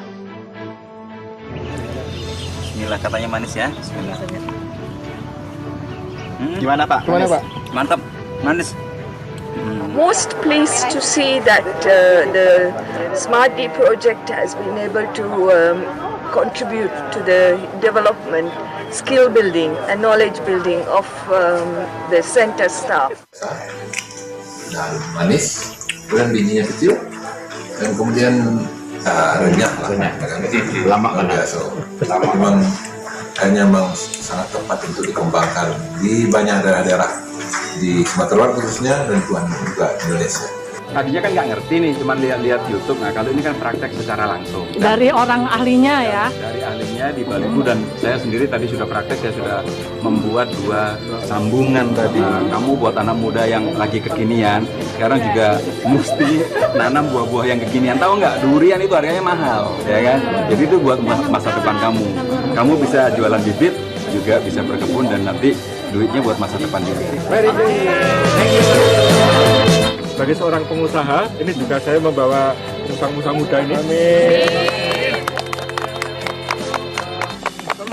Karena sekarang ini adalah zamannya kita ekonomi kreatif. Jadi ekonomi kreatif itu adalah berdasarkan pada teknologi dan informasi.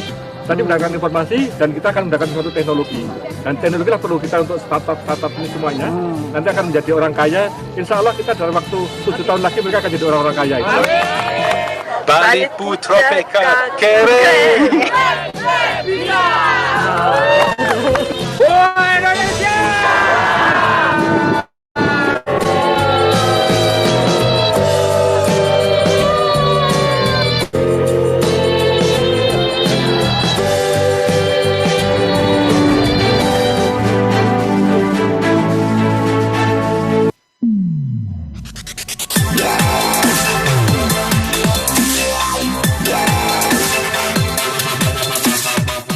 Balai Penelitian Tanaman Buah Tropika atau Balitbu Tropika yang beralamat di Jalan Raya Solo Aripan Kilometer 8, Solo, Sumatera Barat adalah unit pelaksana teknis yang berada di lingkup Pusat Penelitian dan Pengembangan Hortikultura, Badan Penelitian dan Pengembangan Pertanian, Kementerian Pertanian, mempunyai tugas melaksanakan kegiatan penelitian tanaman buah tropika. Balitbu Tropika merupakan satu-satunya lembaga penelitian tanaman buah tropika yang ada di Indonesia. Sejak didirikan pada tahun 1984, mengemban mandat nasional untuk melaksanakan tugas dan fungsinya sebagai lembaga penelitian bidang tanaman buah tropika.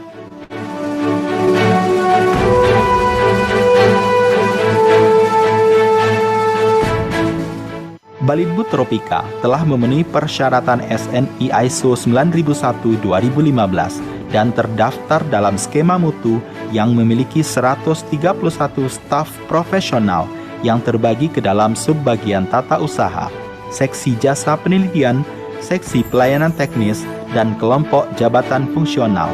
Sesuai tupoksi, peneliti dibagi dalam kelompok peneliti yaitu Kelti Pemuliaan, Kelti Hama dan Penyakit, Kelti Ekofisiologi dengan komoditas utama durian,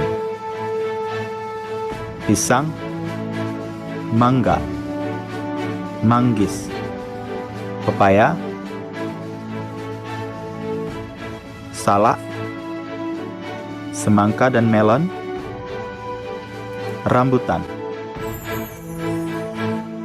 alpukat, nanas beserta buah tropika lainnya. Balitbu Tropika memiliki 6 kebun percobaan yaitu IP2TP Aripan yang berlokasi di Solok, Sumatera Barat, IP2TP Sumani yang berlokasi di Solok, Sumatera Barat, IP2TP Subang yang berlokasi di Subang, Jawa Barat, IP2TP Cukur Gondang yang berlokasi di Pasuruan, Jawa Timur,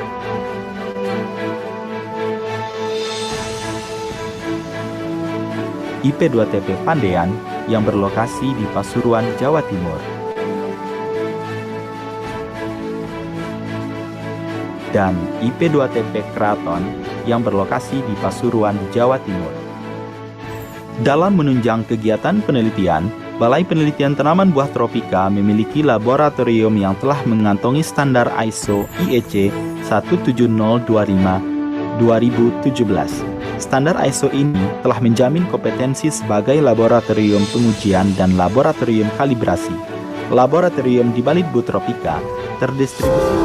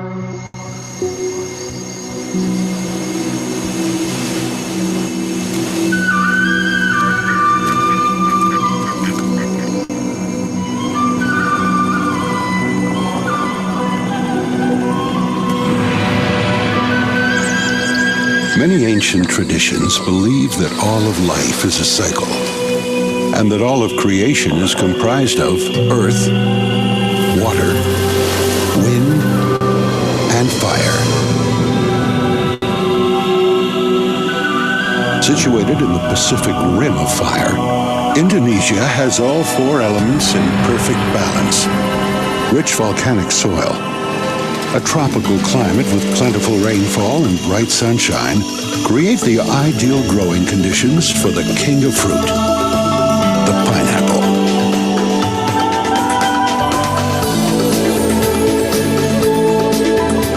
Welcome to Great Giant Pineapple, the single largest green integrated pineapple production facility in the world.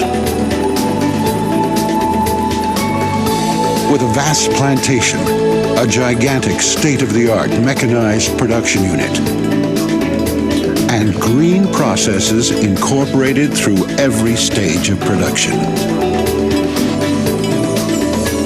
As one of the top 3 producers of premium pineapples worldwide, we are still farmers at heart. Our plantations are a valuable resource. And we know that what we take from the earth, we must put back. Or one day, the soil will no longer support us. We have learned that although there is a cost involved in going green, profits do not have to take a hit. In fact, incorporating green practices has significantly boosted our yield per acre. At our plantation in Lampung, on the island of Sumatra, 75,000 acres of prime agricultural land are devoted to cultivating the smooth cayenne variety of pineapple. Harvested throughout the year, pineapples are a labor-intensive crop. It takes nearly 27,000 individual plants to cover a single acre. What sets our pineapples apart? Our greatest advantage is that the fruit processing and canning unit is located right within the plantation. We handle every aspect of the process ourselves, your ultimate guarantee of full traceability and food security. Each pineapple is hand-picked at the peak of ripeness, and the fruit is never in a holding bin for more than 3 hours on average, a claim no other pineapple producer can make. The entire process, from the time pineapples arrive and are washed, graded, trimmed, processed, canned, and sterilized, takes only 30 minutes.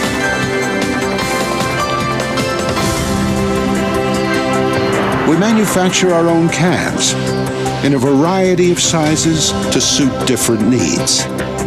And we ship the finished product to over 50 countries.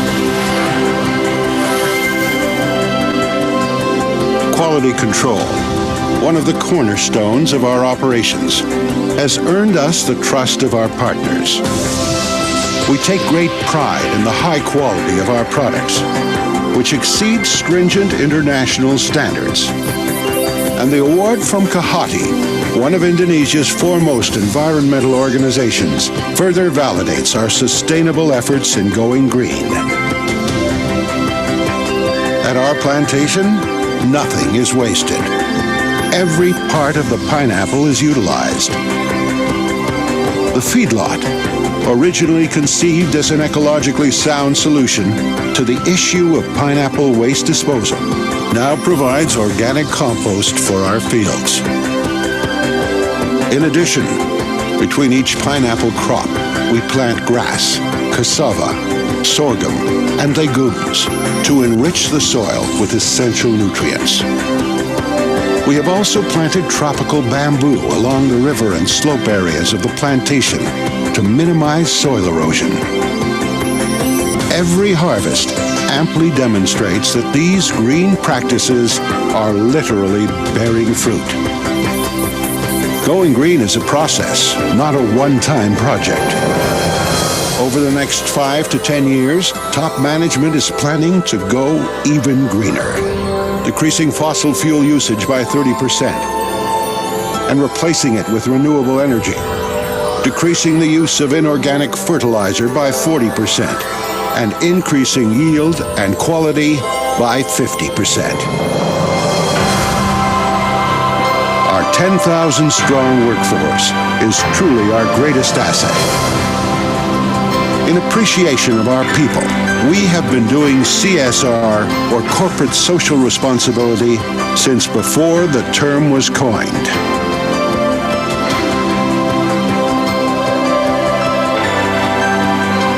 Marking the end of another productive day at the plantation, we would like to thank our partners for the long and fruitful relationship with Great Giant Pineapple.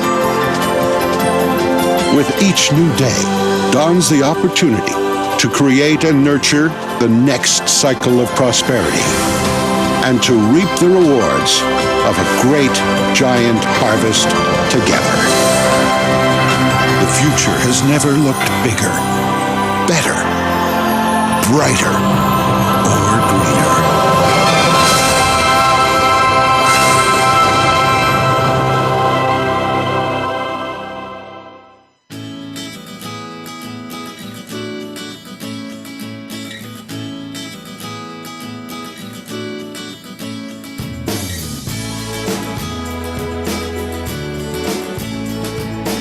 Nah, inilah hasil dari jatuhan pohon yang dari pohon kami. Meskipun baru jatuh, tapi sudah memenuhi syarat untuk bisa dikatakan bahwa sempurna. Warnanya dapat, teksturnya maaf, ini kayaknya teksturnya dapat, rasanya insya Allah dapat. Ini dari perawatan dari produk Merauke yang saya gunakan dari Mutiara 1616, profesional, TSP 46, Karate Boron Plus, dan Super Kali plus unsur mikronya pakai Vitoplex. Silahkan dicobain Mas Denny. Oke, sahabat Mutiara, kita coba durian bawor yang jatuhan. Seperti apa rasanya? Jadi secara rasa kuning ya Pak Selamat ya. Jadi secara warna kuning masuk. Kita cobain seperti apa rasanya. Mantap sangat, sumpah. Beneran? Mantap. Ini pahitnya sudah dapat ini? Dapat. Sudah dapat. Seharusnya ini belum modal. Keren ini, keren. Jadi rasa pahitnya dapat, manis legit, mantap pokoknya sumpah. Perkenalkan, nama saya Slamet dari Banyumas Kemerancen, sebagai petani durian bawor di Kemerancen yang menggunakan produk dari Merauke.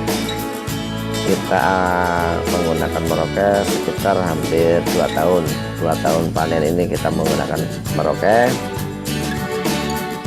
Cara aplikasikan kita itu pakai yang Mutiara 1616 kita gunakan setelah panen untuk recovery atau generasi pohon biar lebih seger lagi, untuk menjadi lebih lebat, daunnya lebih baik lagi dan kondisi pohonnya lebih baik lagi. Setelah itu kita gunakan untuk menjelang masa bunga, kita gunakan TSP Boroni, Karate Plus Boroni sama profesional. Sekitar dalam 1 bulan kita aplikasinya sekitar 2 kali. Setelah keluar bunga itu baru kita aplikasikan yang MKP juga, Karate Boroni juga, Subur Kali sama profesional untuk unsur makronya, dan untuk unsur mikronya kita gunakan Vitoplex untuk kita semprotkan ke daunnya. Ada yang kita kocorkan juga, yang kita kocorkan itu kita tambahkan ke MKP, kocorkan ke tanah, dan juga ada yang disemprotkan ke pohon dan daun buahnya. Tapi aku gunakan itu ada yang buat testimoni yang saya tidak bakal lakukan pakai perawatan itu. Perbedaannya cukup signifikan.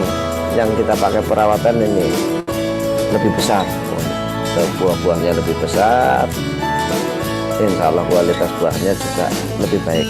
Ini berkualitas yang kita pakai perawatan, sedangkan yang untuk tidak pakai perawatan ini buahnya agak kecil, kayak seperti nggak mekar gitu loh.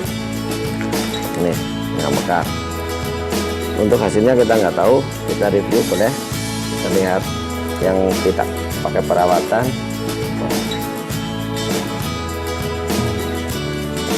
Hasilnya seperti apa, atau hampir sama atau kurang, kita lihat. Ini apa ini?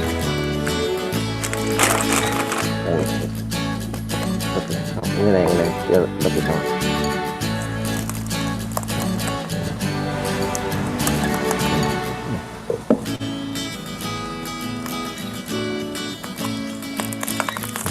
Putih. Gagal, durian gagal nggak masuk.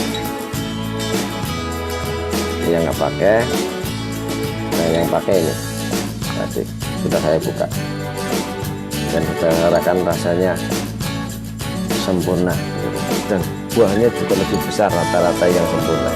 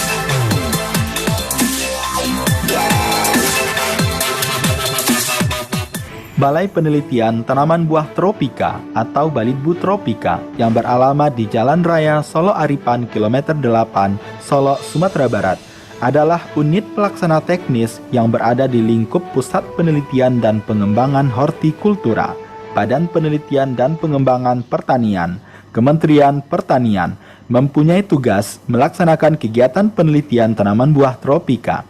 Balitbu Tropika merupakan satu-satunya lembaga penelitian tanaman buah tropika yang ada di Indonesia. Sejak didirikan pada tahun 1984.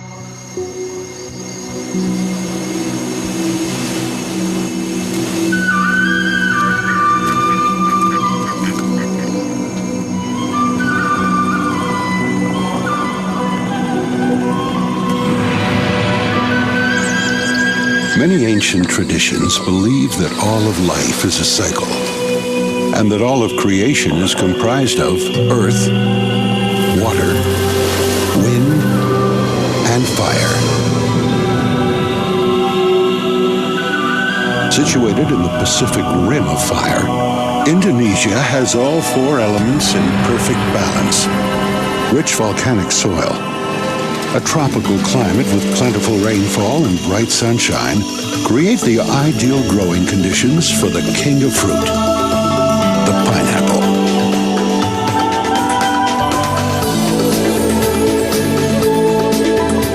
Welcome to Great Giant Pineapple, the single largest green integrated pineapple production facility in the world. With a vast plantation, a gigantic state-of-the-art mechanized production unit, and green processes incorporated through every stage of production. As one of the top 3 producers of premium pineapples worldwide, we are still farmers at heart. Our plantations are a valuable resource. And we know that what we take from the earth, we must put back. Or one day, the soil will no longer support us. We have learned that although there is a cost involved in going green, profits do not have to take a hit. In fact, incorporating green practices has significantly boosted our yield per acre. At our plantation in Lampung, on the island of Sumatra, 75,000 acres of prime agricultural land are devoted to cultivating the smooth cayenne variety of pineapple. Harvested throughout the year, pineapples are a labor-intensive crop. It takes nearly 27,000 individual plants to cover a single acre. What sets our pineapples apart? Our greatest advantage is that the fruit processing and canning unit is located right within the plantation. We handle every aspect of the process ourselves, your ultimate guarantee of full traceability and food security. Each pineapple is hand-picked at the peak of ripeness, and the fruit is never in a holding bin for more than 3 hours on average, a claim no other pineapple producer can make. The entire process, from the time pineapples arrive and are washed, graded, trimmed, processed, canned, and sterilized, takes only 30 minutes.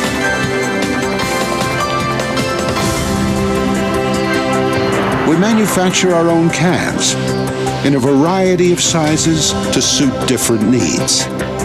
And we ship the finished product to over 50 countries. Quality control, one of the cornerstones of our operations, has earned us the trust of our partners. We take great pride in the high quality of our products, which exceeds stringent international standards. And the award from KAHATI, one of Indonesia's foremost environmental organizations, further validates our sustainable efforts in going green. At our plantation, nothing is wasted. Every part of the pineapple is utilized. The feedlot, originally conceived as an ecologically sound solution to the issue of pineapple waste disposal, now provides organic compost for our fields. In addition, between each pineapple crop, we plant grass, cassava, sorghum, and legumes to enrich the soil with essential nutrients. We have also planted tropical bamboo along the river and slope areas of the plantation to minimize soil erosion. Every harvest amply demonstrates that these green practices are literally bearing fruit. Going green is a process, not a one-time project. Over the next 5 to 10 years, top management is planning to go even greener. decreasing fossil fuel usage by 30%, and replacing it with renewable energy, decreasing the use of inorganic fertilizer by 40%, and increasing yield and quality by 50%. Our 10,000-strong workforce is truly our greatest asset. In appreciation of our people, we have been doing CSR, or corporate social responsibility, since before the term was coined.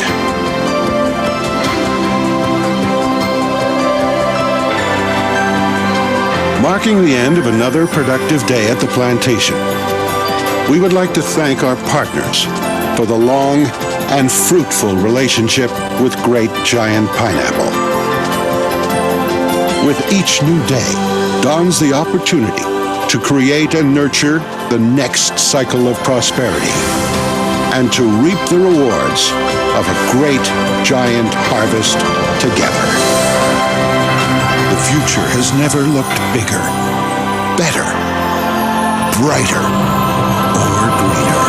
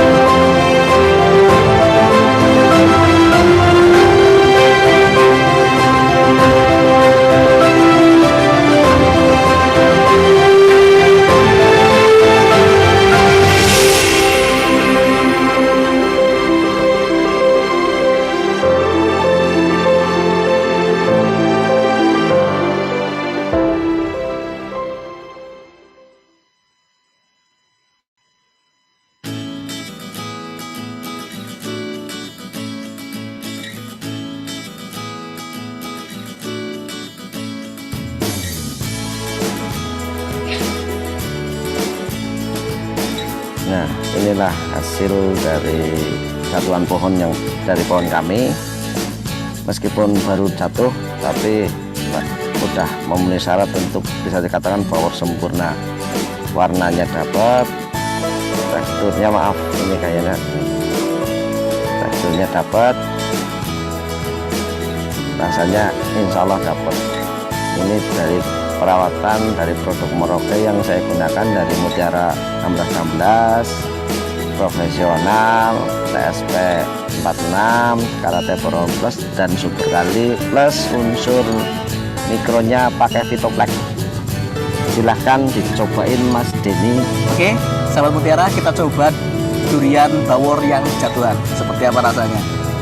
Jadi secara rasa kuning ya Pak Selamat ya. Jadi secara warna kuning masuk. Kita cobain seperti apa rasanya. Mantap Mas Selamat, sumpah. Beneran? Mantap. Ini pahitnya sudah dapat ini? Dapat. Sudah dapat. Seharusnya ini belum padahal. Keren ini, keren. Jadi rasa pahitnya dapat, manis legit, mantap pokoknya sumpah. Perkenalkan, nama saya Slamet dari Banyumas Kemerancen, salah satu petani durian bawor di Kemerancen yang menggunakan produk dari Merauke. Kita menggunakan Merauke sekitar hampir 2 tahun. 2 tahun panen ini kita menggunakan Merauke.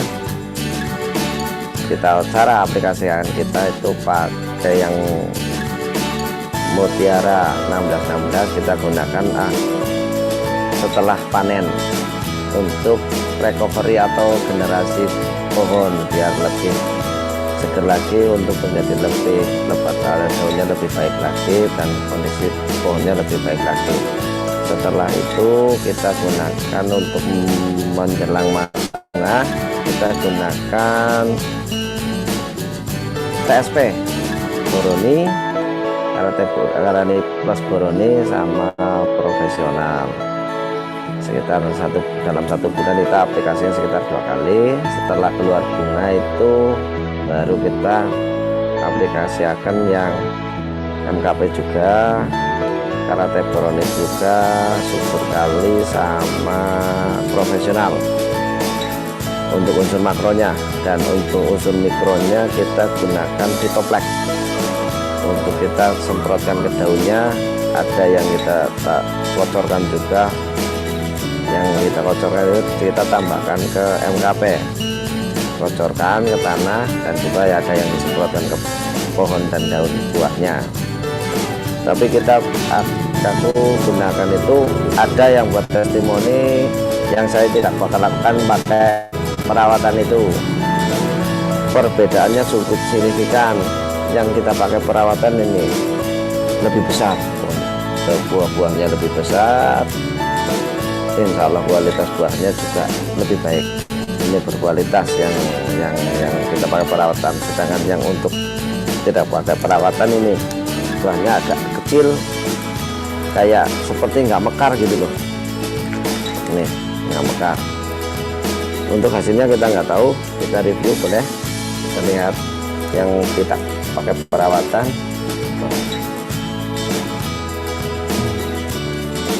Hasilnya seperti apa, atau hampir sama atau kurang, kita lihat.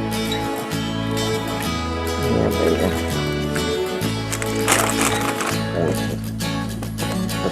Ini biar lebih tahu.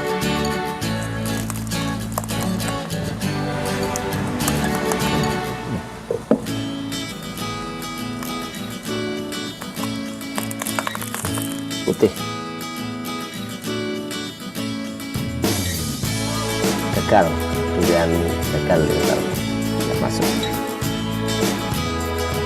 Yang nggak pakai, nah yang pakai ini masih sudah saya buka dan kita harapkan rasanya sempurna dan buahnya juga lebih besar rata-rata yang sempurna.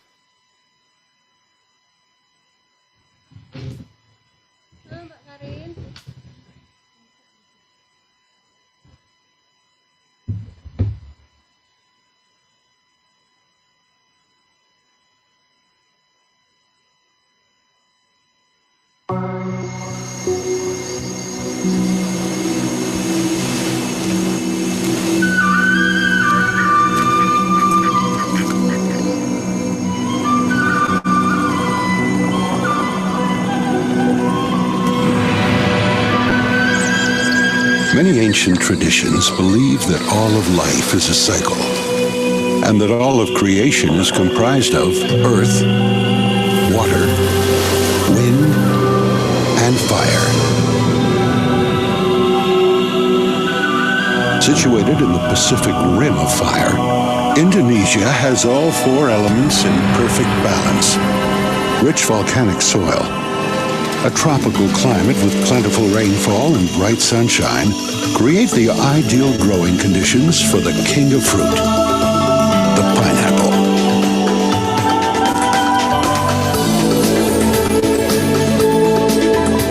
Welcome to Great Giant Pineapple, the single largest green integrated pineapple production facility in the world. With a vast plantation, a gigantic state-of-the-art mechanized production unit, and green processes incorporated through every stage of production. As one of the top 3 producers of premium pineapples worldwide, we are still farmers at heart. Our plantations are a valuable resource. And we know that what we take from the earth, we must put back. Or one day, the soil will no longer support us. We have learned that although there is a cost involved in going green, profits do not have to take a hit. In fact, incorporating green practices has significantly boosted our yield per acre. At our plantation in Lampung, on the island of Sumatra, 75,000 acres of prime agricultural land are devoted to cultivating the smooth cayenne variety of pineapple. Harvested throughout the year, pineapples are a labor-intensive crop. It takes nearly 27,000 individual plants to cover a single acre. What sets our pineapples apart? Our greatest advantage is that the fruit processing and canning unit is located right within the plantation. We handle every aspect of the process ourselves, your ultimate guarantee of full traceability and food security. Each pineapple is hand-picked at the peak of ripeness,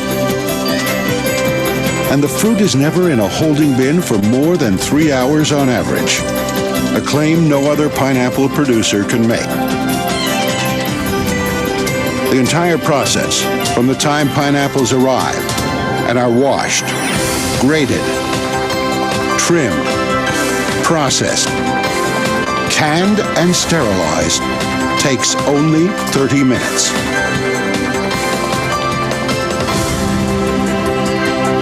We manufacture our own cans in a variety of sizes to suit different needs. And we ship the finished product to over 50 countries.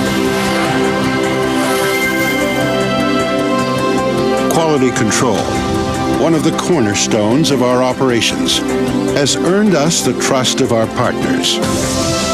We take great pride in the high quality of our products, which exceeds stringent international standards. And the award from KAHATI, one of Indonesia's foremost environmental organizations, further validates our sustainable efforts in going green. At our plantation, nothing is wasted. Every part of the pineapple is utilized. The feedlot, originally conceived as an ecologically sound solution to the issue of pineapple waste disposal, now provides organic compost for our fields. In addition, between each pineapple crop, we plant grass, cassava, sorghum, and legumes to enrich the soil with essential nutrients. We have also planted tropical bamboo along the river and slope areas of the plantation to minimize soil erosion. Every harvest amply demonstrates that these green practices are literally bearing fruit. Going green is a process, not a one-time project. Over the next 5 to 10 years, top management is planning to go even greener, decreasing fossil fuel usage by 30% and replacing it with renewable energy, decreasing the use of inorganic fertilizer by 40% and increasing yield and quality by 50%. Our 10,000-strong workforce is truly our greatest asset. In appreciation of our people, we have been doing CSR, or corporate social responsibility, since before the term was coined.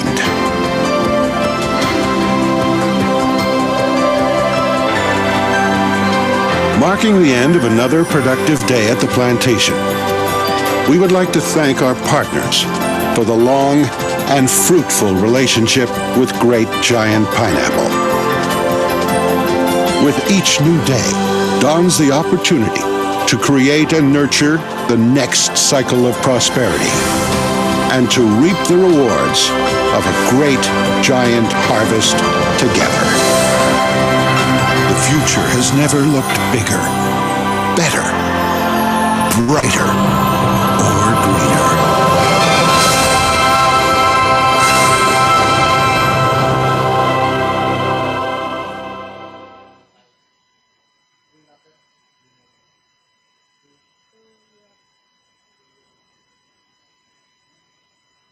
Bisa harusnya yang dia mau aja gitu. Iya, terserah. You interested in. There are participants, please enter your room. Please enter the room you are interested in. The room you are interested in. Enter the room. The room. The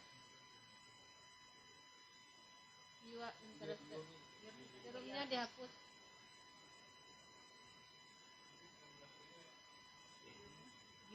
You are interested in. You enggak bukan ya. You bukan ya. Saya persentase terbaik atau saya presentasi positif sudah interested in. Terserah dia pokoknya. Pusing sendiri. Interested. Enggak, pakai interest. Enggak pakai D deh. Enggak pakai interested.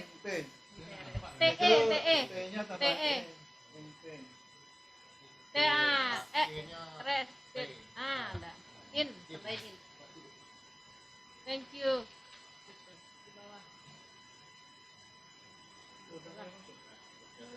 Ini udah masuk aja. Siapa tadi?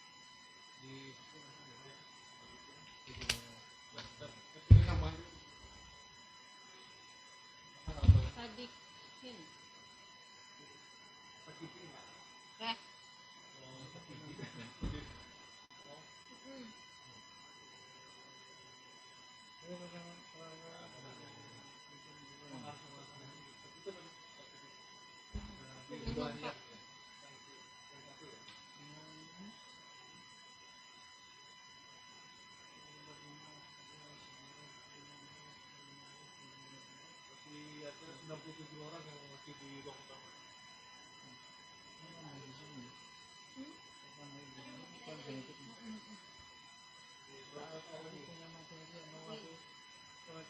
Diomongin kemarin muter-muter.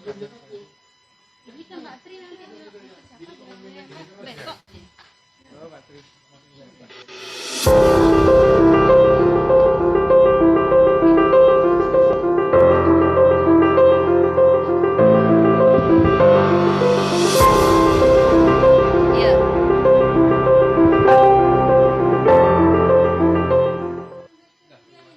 Assalamualaikum warahmatullahi wabarakatuh.